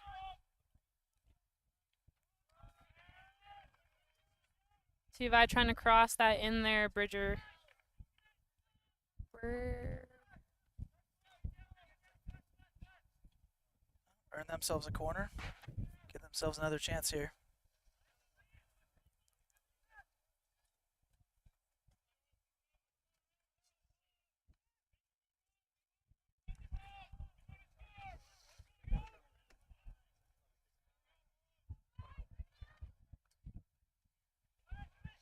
Good ball back into that back post. C of I trying to half bike it, and it's a goal for C of I. From the corner, bounced around a little bit, and C of I was there this time to put it in the back of the net. Can't tell. I think he might be calling. Is he calling a high kick? He called something, I think, before the actual shot went in. So I see the C of I players complaining right now. There's an Oregon Tech player also on the ground, too, and the ref is over there.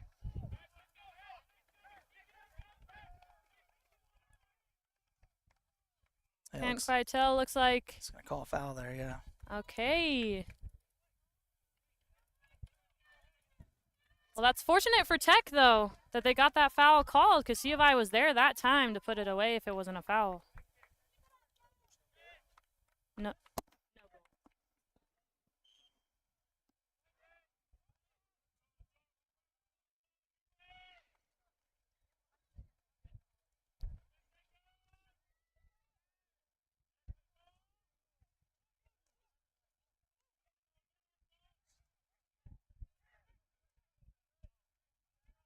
See if I gain a little bit of momentum here for sure. For sure. I mean, yeah, like I said, even though if they don't get that foul called, that is a goal for C of I. So you could see a little bit of rattledness happening with Tech here.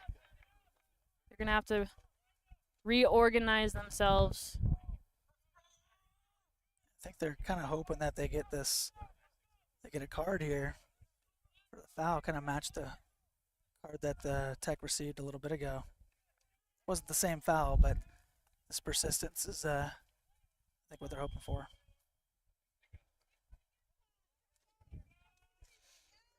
Solis taking the free kick. Reese. Wow, Tambio. Trying to find Pasang, but a little too many C of I defenders. Kiko trying to clear. Goes out wide for C of I throw in.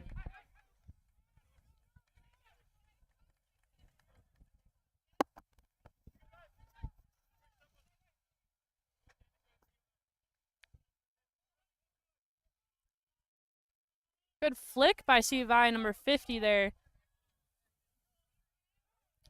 Clean defense by Kiko Solis there. Shielding that ball, getting it back for Tech. Anthony on the ball there. Rodriguez finding that diagonal ball to Pasang.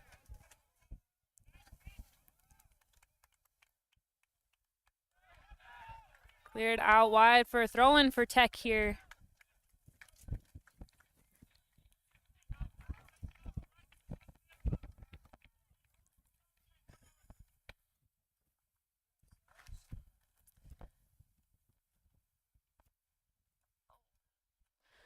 This wind is kicking stuff up into my eyes, guys. My right eye here.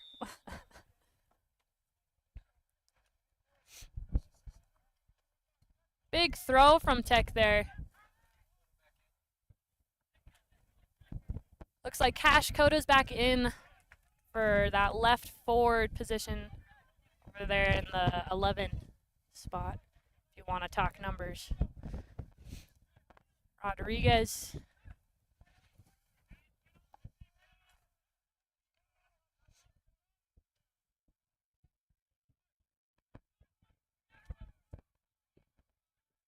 This is better from C of I here. For sure, you're seeing them switch the ball more. Their tighter space plays working better.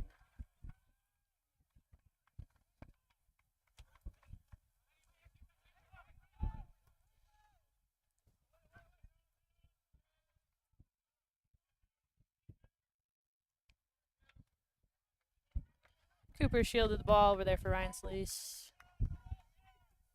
Calming the game down, slowing it down a little bit. Sleece choosing to go big here. Not a bad touch from C of I right there on that ball.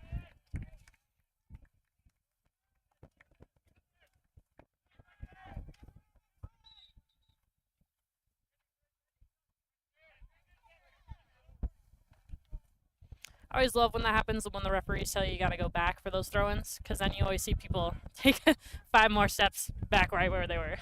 Just let me know where I need to start moving forward from. Thank you. Yeah, yep. Tackle.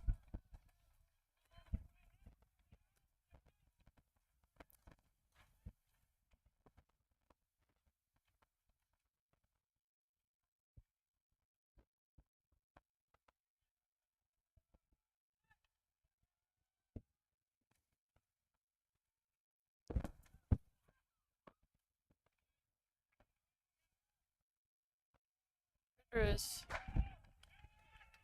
like a C of I corner kick, far side. Yeah, I think, to be honest, this half so far anyway, C of I looks like they've had some success on the dribble, kind of breaking the lines on the dribble. It's given them some opportunities for some counters, including that right there where they get a corner out of it. For sure. They seem to be around each other more, too, for that second ball, those little combos. Curving in, left-footed kick there from that corner. But just gonna be a Tech goal kick.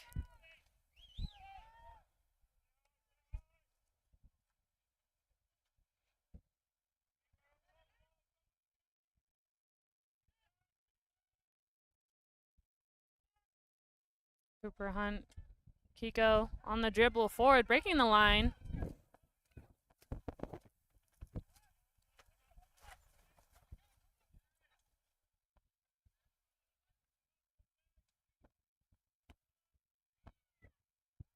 Good ball. Switched across to Andrew there. And he's left-footed. You know he wants that. Oh, and with the wind, too. Not a bad shot by Andrew there. He loves that. Cutting inside there, playing on the right so he can get that left-footed, shot off. That wind picked up perfect. Almost helped him out. Honestly, what a goal that would have been.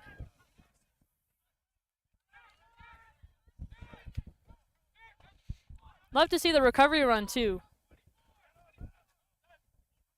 See if I on the ball. Switching it. A little too big of a switch there, though. It just goes out of bounds.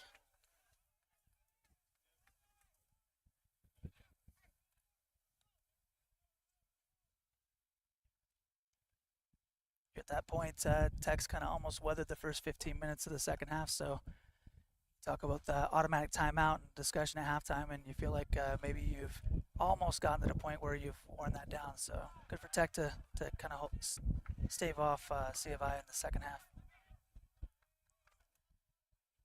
Yeah, I agree. I do think C of I is still picking up momentum. So Tech will definitely have to keep this up the rest of the match, but we'll see how C of I responds. It's a good ball. Good switch there, just a little heavy, yeah.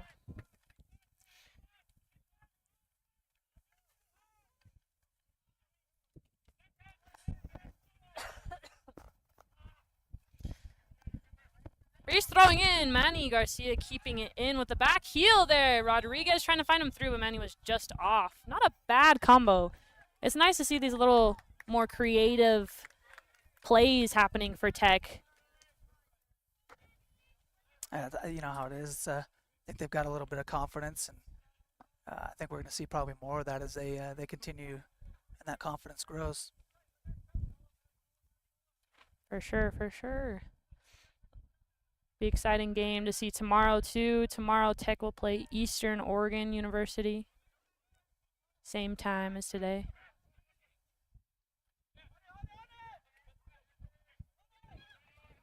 C of I in possession.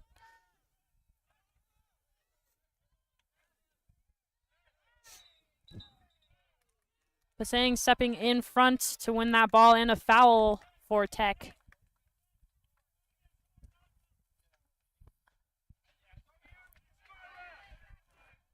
Not quite sure what Solis is trying to do there, set the ball.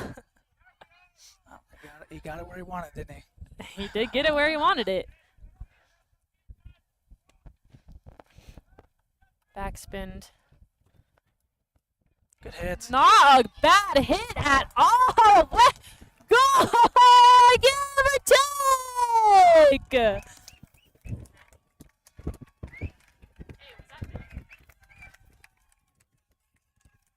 Manny Garcia to get on the end of that there.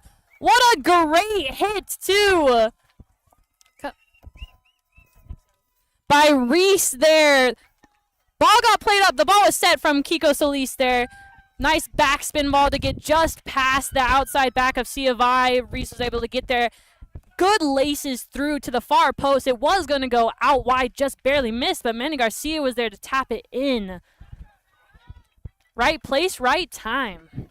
Second goal of the game for Manny Garcia, too. Yeah, I mean, not going to lie, super unfortunate. Goalkeeper got his hand on that and just kept it out, but great follow from Manny. Wow. Changes the game completely now. Completely. Now we're talking about that halftime talk that C of I probably was having. We'll see. I'm interested to see their momentum and what they do in response to that. Because 3 goals is a lot to come back from. It is. And let me tell you from experience.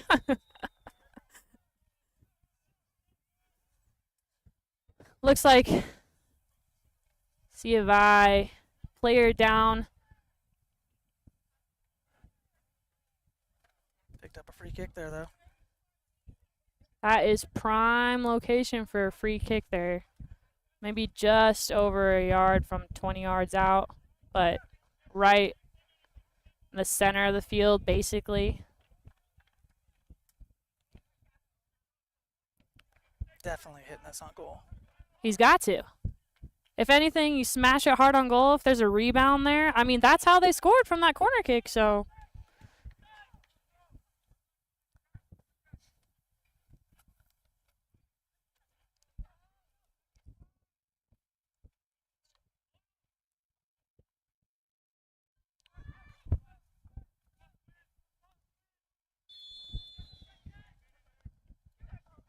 Wall blocked the shot for C of I. You can hear them. You can hear Tech talking out there saying, no foul, no foul. Quick kick. C of I playing quick. I think.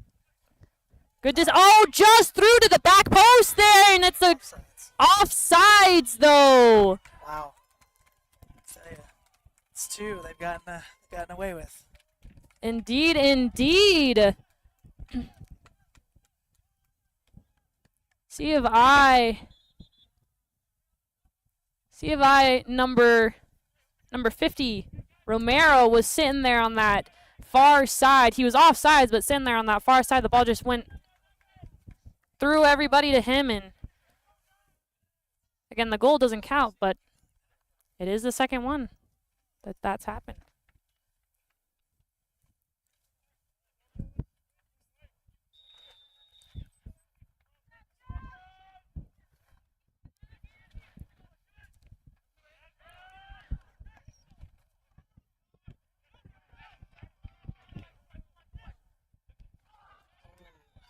It's not gonna be good. Ref's pulling out a card there. I see the yellow in his hand. Giving it to, looks like, number 7 on Tech, Merrick.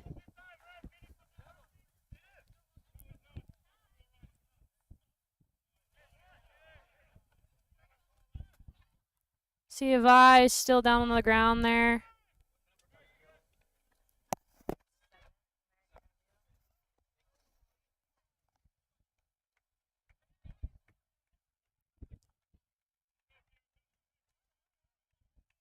It's like C of I's Pierre Fabre was the one that got fouled there. Got a little bit of a limp as he runs off. But he's still in play. Didn't need a sub out.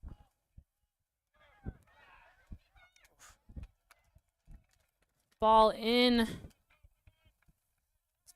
But caught by Ryan Solis as he's backpedaling there. It's tough. Looked like that wind carried a little bit more than they thought it was going to happen. It did, it did.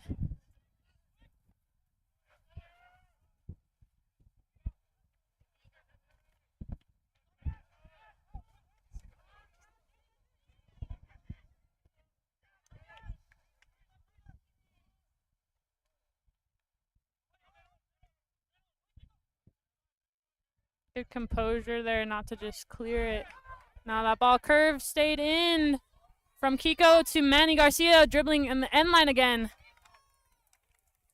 to get a corner for Oregon Tech. Great ball by Kiko Solis to keep that in. You could hear people on the field saying it's out. Yeah, you could see him doing the lean. The lean. Yep, doing the lean, making sure that thing, stay in.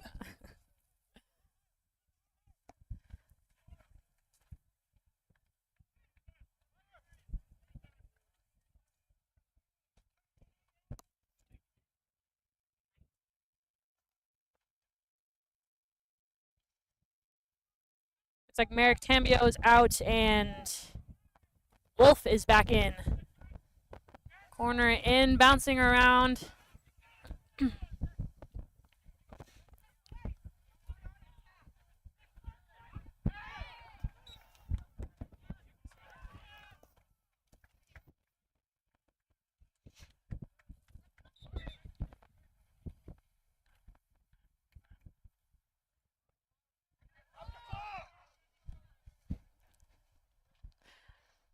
Gotta love the help from the fans, right?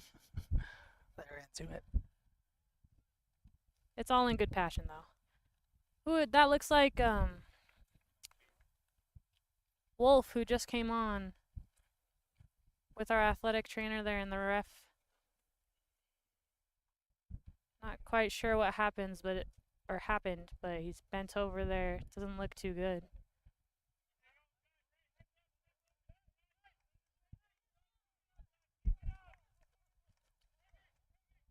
A little bit of a natural rest here for both teams, so we make sure that Wolf is okay.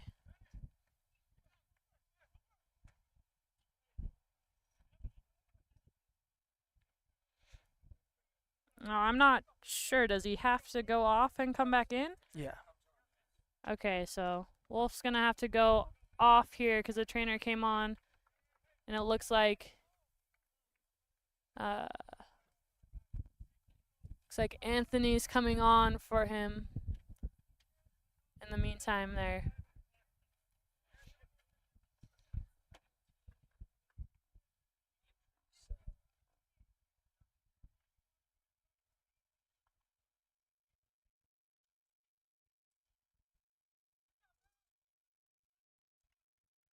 And a goalie swap for C of I.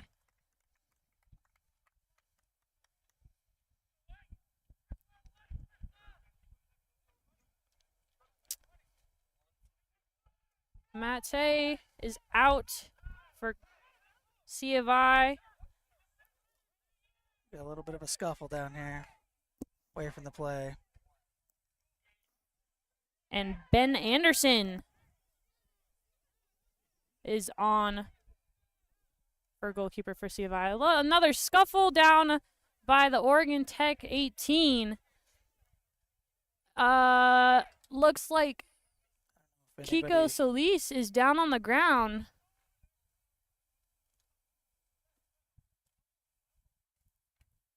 I see players down on the field saying it was an elbow. Again, it wasn't very...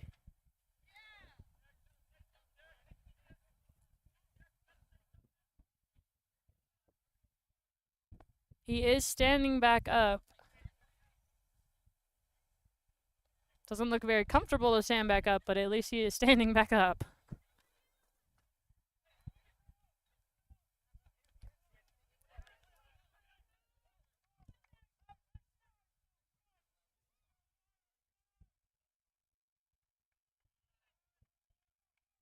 Referees are talking over on the far side there. Are they deciding?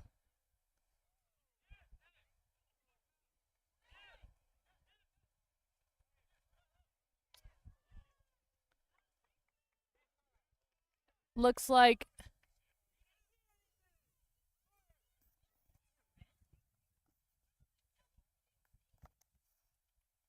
a card is given to C of I.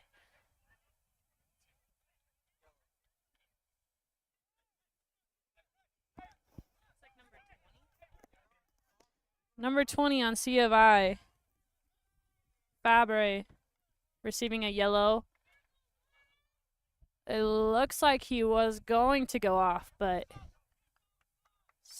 he's staying on here.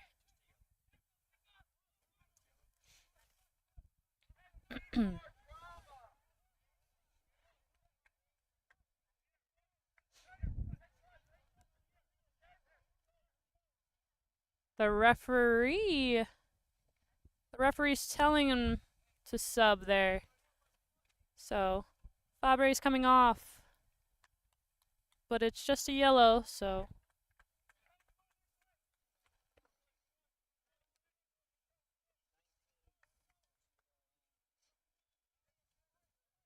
Daniel Alejos comes on for Fabre there. Nothing like a little bit of excitement. Nothing like a little bit of excitement.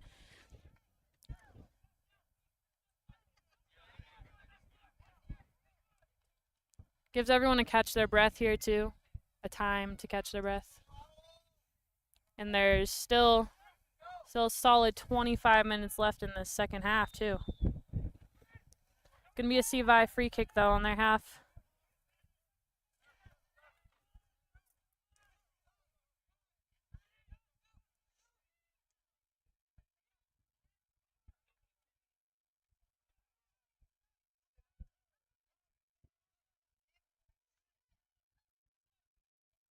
Oh, throw in for Oregon Tech. A little touch from Manny to knock it off of C of I. Grant Embry there. Reese taking the throw in.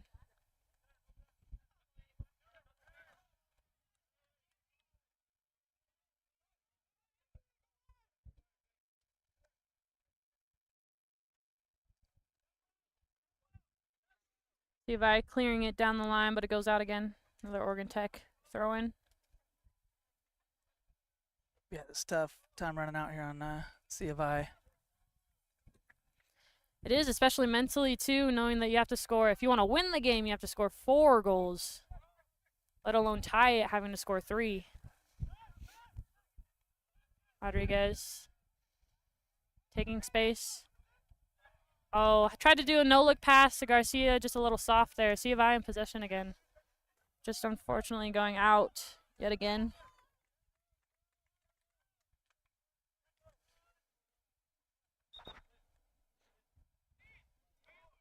Looks like a whole slew of people. 6 people over there for C of I making subs.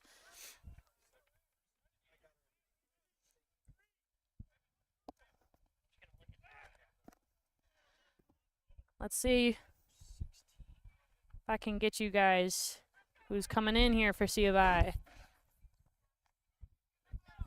Looks like Caden Green, number 21, is coming on for Crew Christensen. Eric Hornug coming on for Romero there.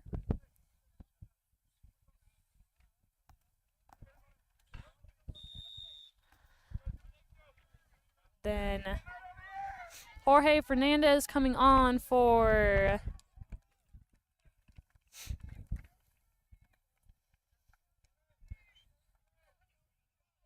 one.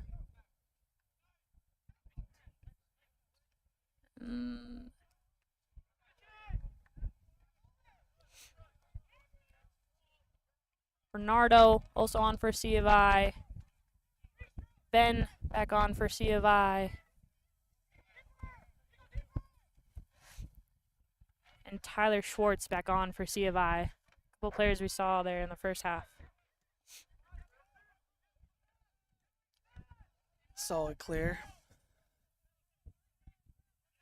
Just bounced over the fence. Oh! Yep, I can't do that. He hopped over our fence there to grab the ball when there was a ball on the sideline for him. But, you know, you get caught up in the moment, want to go fast.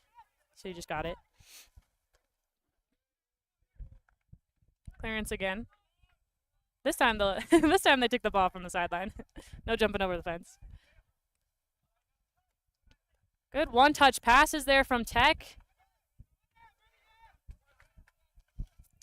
The C of I goalie. Ooh, just cleared it away before Manny Garcia got there.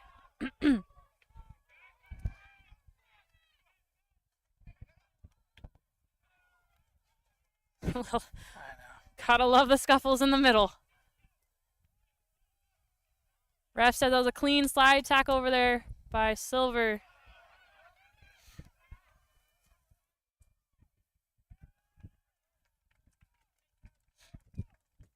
Could be an interesting last 20 minutes here for sure.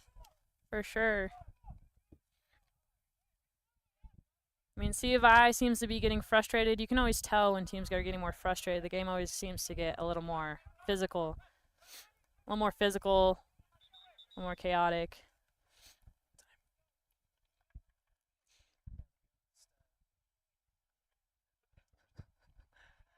To be honest, I feel for C of I because I think before we had all that stoppage and scuffle over the play, I felt like they had a little bit of momentum. They had a couple chances down here, a couple corner kicks, free kick. Ever since then, it's really been difficult for them to get their feet on the ground again. For sure. That's one of the interesting things about soccer, though. It's always about momentum and flow of the game.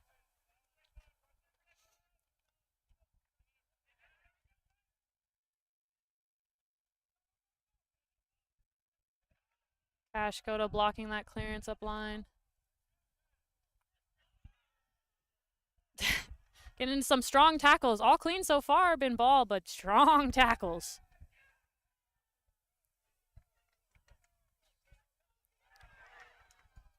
Manny applying pressure. See if goalie trying to clear it. Goes wide, unfortunately, though, near their defensive third.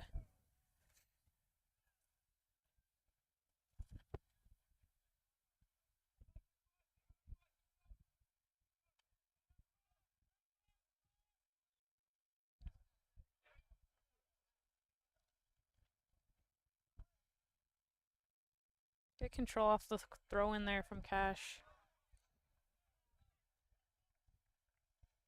Yeah, momentum's totally shifted. You can see even the C of I bench is looking a little dreary.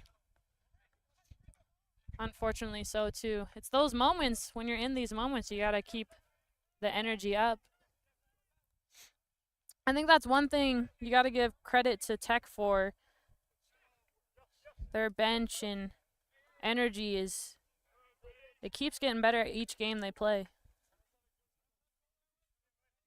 Yeah, it's been real consistent today. Tico clearing that throw in out again.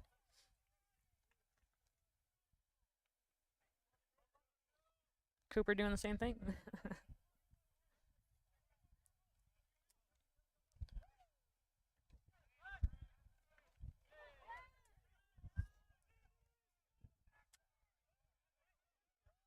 Rodriguez passed to C of I. Now C of I is on the counter.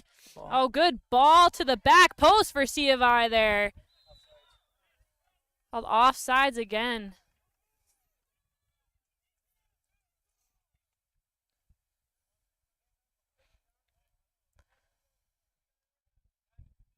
That was Caden Green there receiving that on the back post.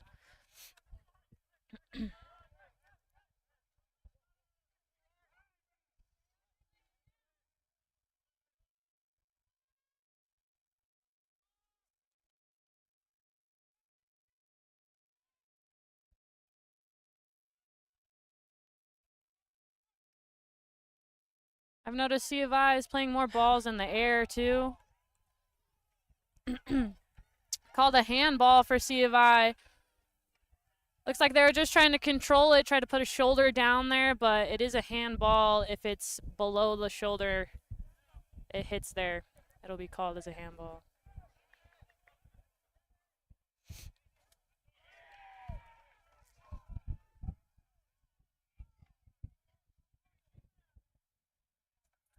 Tech definitely okay with slow playing this right now. I would be too. You're up 3 goals, there's 16 minutes left.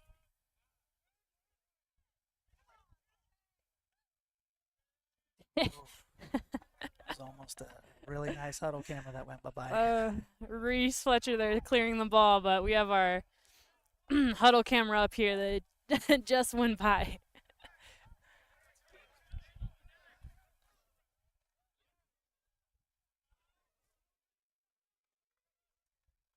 Rodriguez just holding it onto the ball a little too long there. C of I now in possession. Trying to play through again, but just too much pace. Easy for Solis to get there.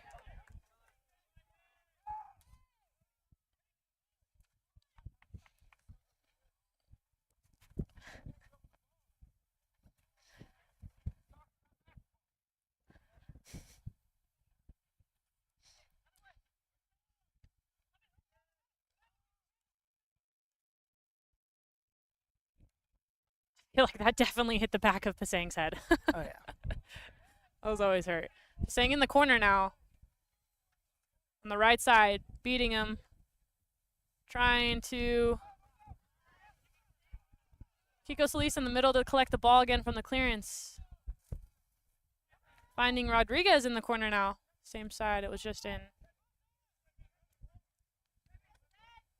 Ooh! Rodriguez! Boy, he bought that. He very much so bought it, but This is the kind of stuff where I'm talking about, though. It's great to see them come with more creative ideas and to see the growth in the team here. Yeah, confidence is high right now for sure. For sure, for sure. Does make you wonder, though, those other 2 goals. Tech definitely going to take their time on this one, too. Probably draw out. Rodriguez is still on the floor. Looks like they're going to have Andy take this kick. Makes sense. He's lefty.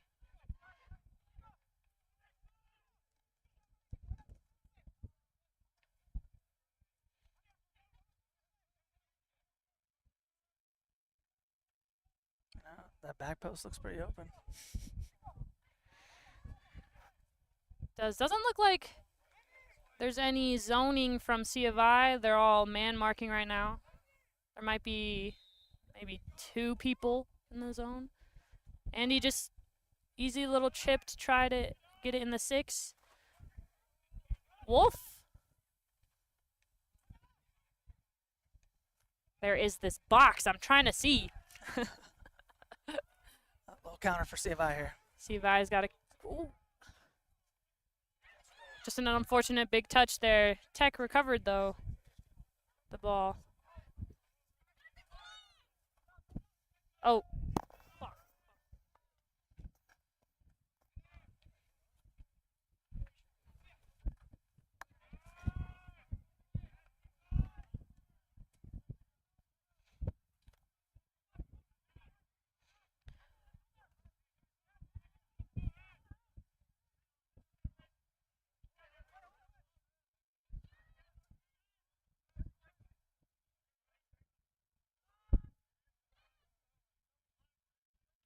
I think it's important for C of I to stay organized like they were in the first half. You can see a lot of individual defending here sometimes. Referee is stopping that throw-in for the subs coming in. Also, so we can fix our clock here too. C of I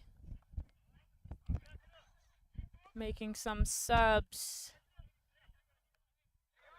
Looks like Sawyer Luthi is coming on. And JJ Osuna is coming on as well. Looks like Daniel Lejos and Hugo are coming off. It's not a bad ball. Just got away. Went probably carried that just outside his reach.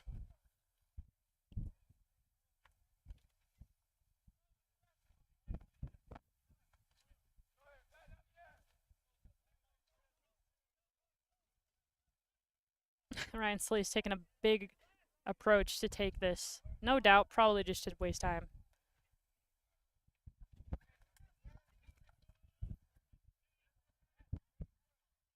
Good use of the body by Andy, but referee's calling it, saying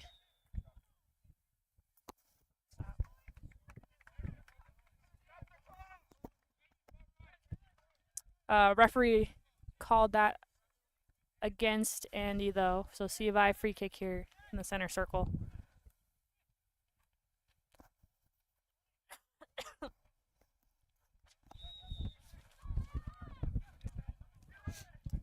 Playing out wide, C of I looking for a service, maybe.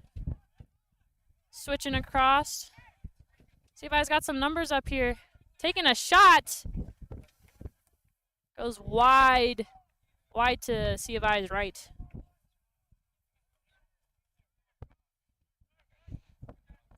That wind has picked up again, hasn't it? It's on and off. Ryan Solis with the long approach to this goal kick again.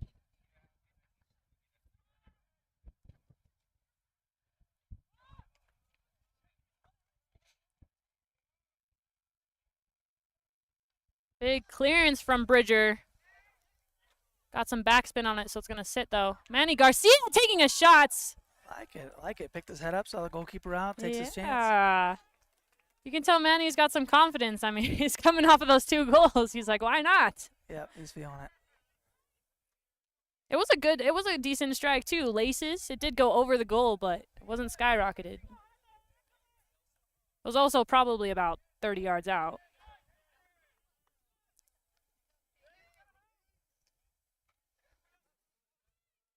Looks like Grayson is on the field for Tech 2, number 33. Playing there in the center with Wolf and Kiko. Yeah, I think Kevin went out. I think he was injured.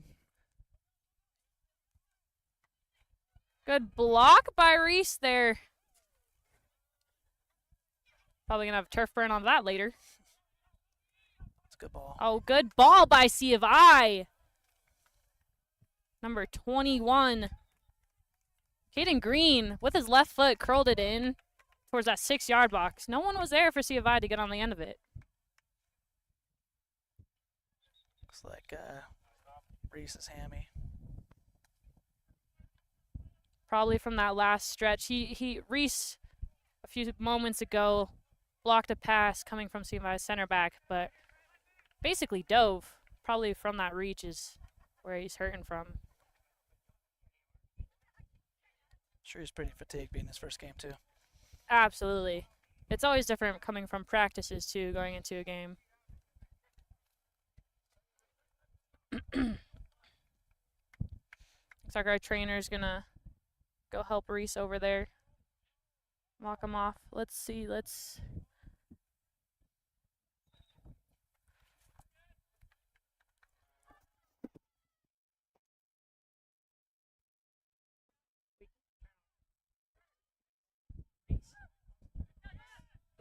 Oh.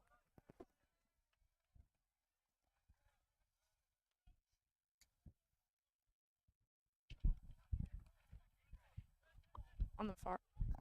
Looks like Lucas K. Wong is in there. Good to see him out on the field there. I mean, correct me if I'm wrong, but is this also Lucas's first game too? Yeah, it might be actually. That's great to see coming from the bench for them. Getting to use some players that they have, use some depth.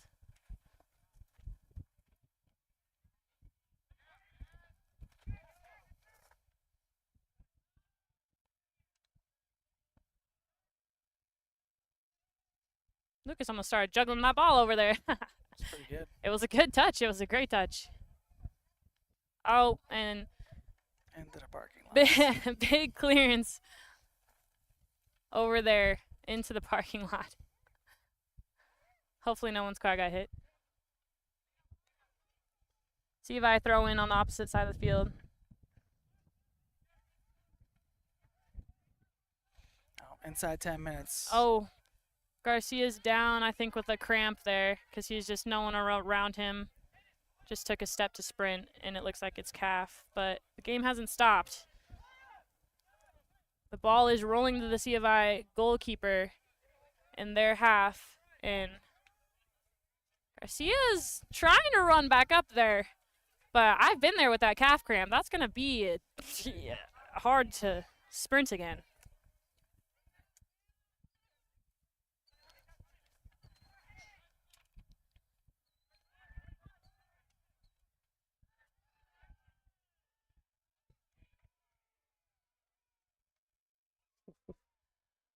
Almost got caught.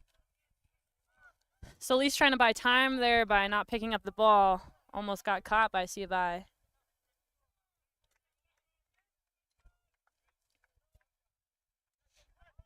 Well, and he looks like he's moving now.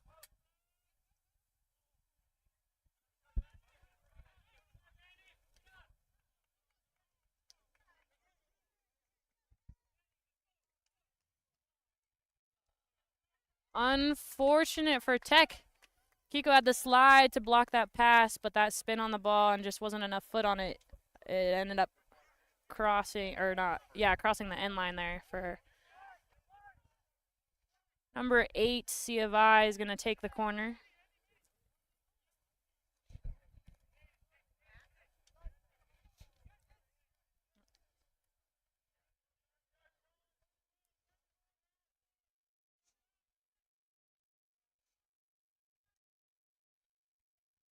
Good ball. C of I biking it in. And what a play! That ball, first of all, beautiful ball by Ben and C of I. Kirby. They called it. They called it. They called it a goal. First goal for C of I in the 7th minute, or 7 minutes left of the second half there. What a play that was, though. Ben, right-footed, curling it in.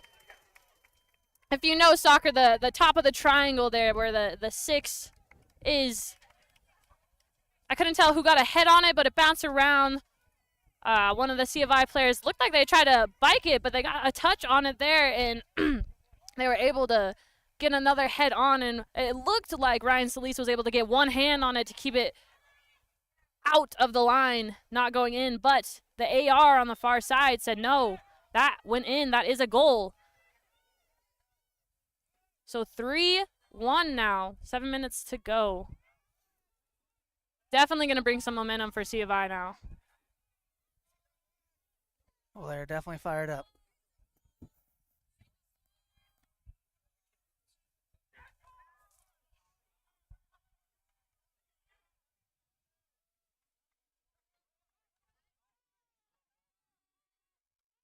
Tom is used to it.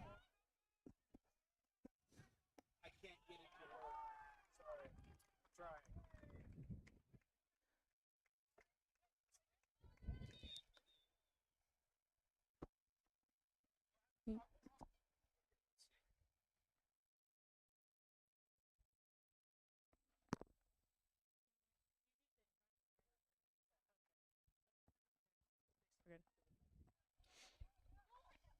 There you go. Had some technical difficulties, but that got the one up there. At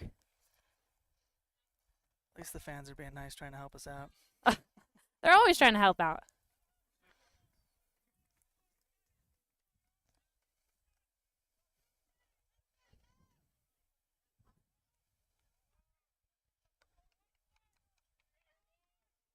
Tech substitution there too. Someone else went down.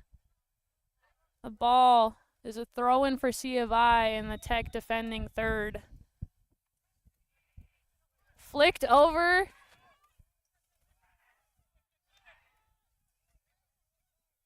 Grayson trying to get pressure on that ball. Curling ball in from C of I. Ryan able to come out and get it. It's a good save. Good save there. It's a tough one. That ball's coming in and people's feet are there and you're having to dive and put your face in there. For sure. I mean, that's why I could never play goalie.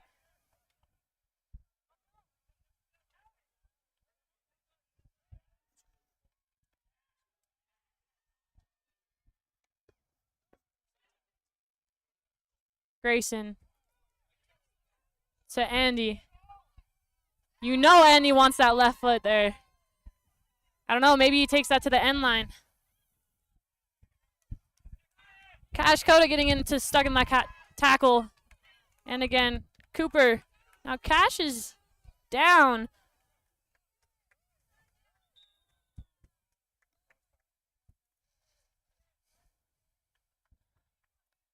Cash just got into a couple big tackles there. It looks like maybe his ankle got clipped or got flat tired. His shoe came off there.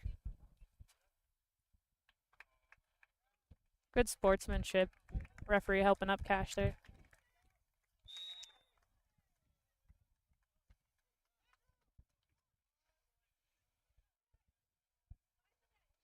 Grant taking the throw in for C of I.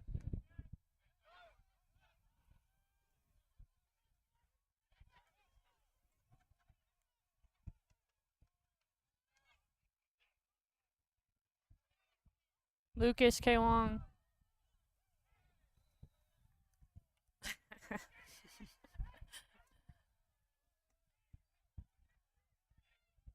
A lot of Lucas fans on the bench over there. We do. They traveled all the way from Hawaii. Free kick for C of I. They're going to choose to go down the sideline. Trying to cross it in, but not quite high enough. Uh-oh. Oh. Free kick there. Fans riled up. Everybody's riled up. That's that's the second free kick for C of I this game in that spot where it's just in the center third of the field, probably about 20 or 25-ish yards around there out. Well, let's see who their free kick specialist is. Looks like number 7 on the ball right now. Jorge Fernandez gonna take it.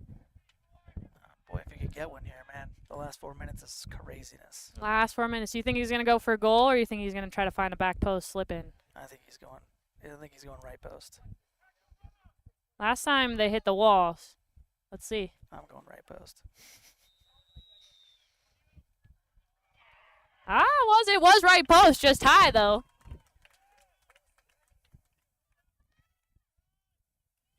I mean, you still, props to him. You got to take that with 4 minutes left. Got to take a chance. Oh, yeah.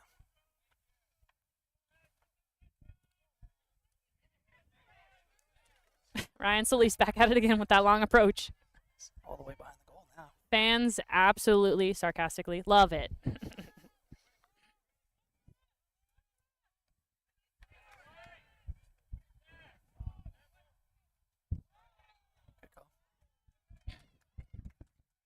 Foul on C of I.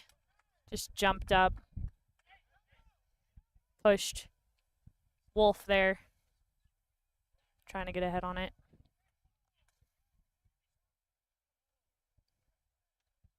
Looks like Silver's going to take this.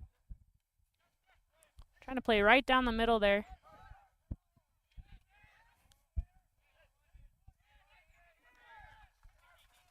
About 3 minutes left.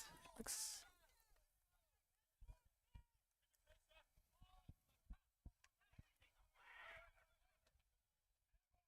like give me a second here.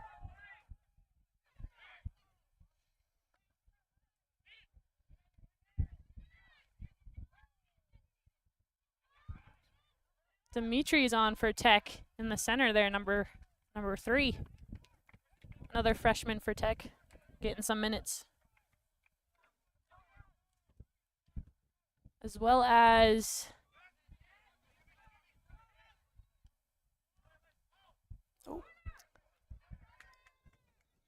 Andrew George is on for Tech too. Another freshman. Corner for C of I. Looks like a right-footed, so it's going to curve out a little bit. Still good ball placed in, though. Headed out by Tech.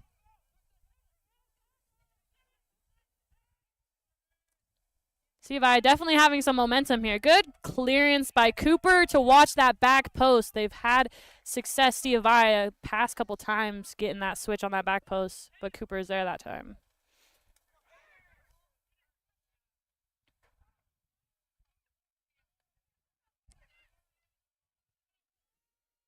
A corner again for C of I on there.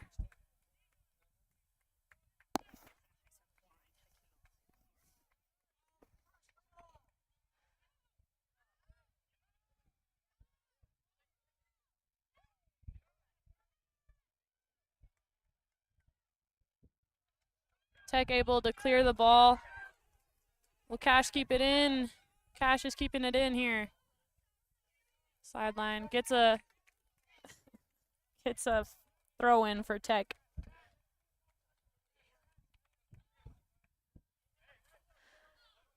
And that's part of game management there, seeing players give a little push afterwards or whatnot. Got to watch those. See if I trying to clear that throw in.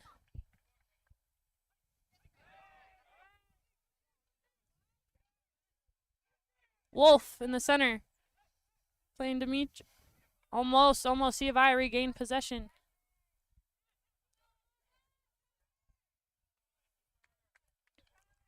Talk by Ryan Solis to Cooper to leave that ball there. Let him get it in his hands. Yeah, it Take was. a couple more seconds off the clock there.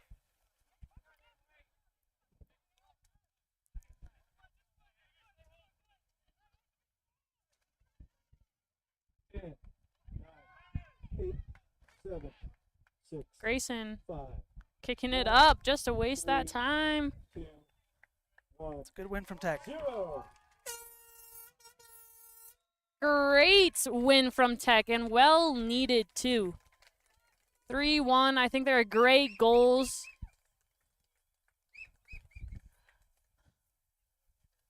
Yeah, look good today. Real good. Very spirited. This week off has obviously paid off as far as the training and then mentally preparing. This is a big weekend for them, so took care of the first side. Got to get back after it tomorrow. For sure. Tomorrow, both men's and women's soccer will play same times as today, and both will face Eastern University here in Klamath Falls. Women's at noon and men's again at 2:30 there.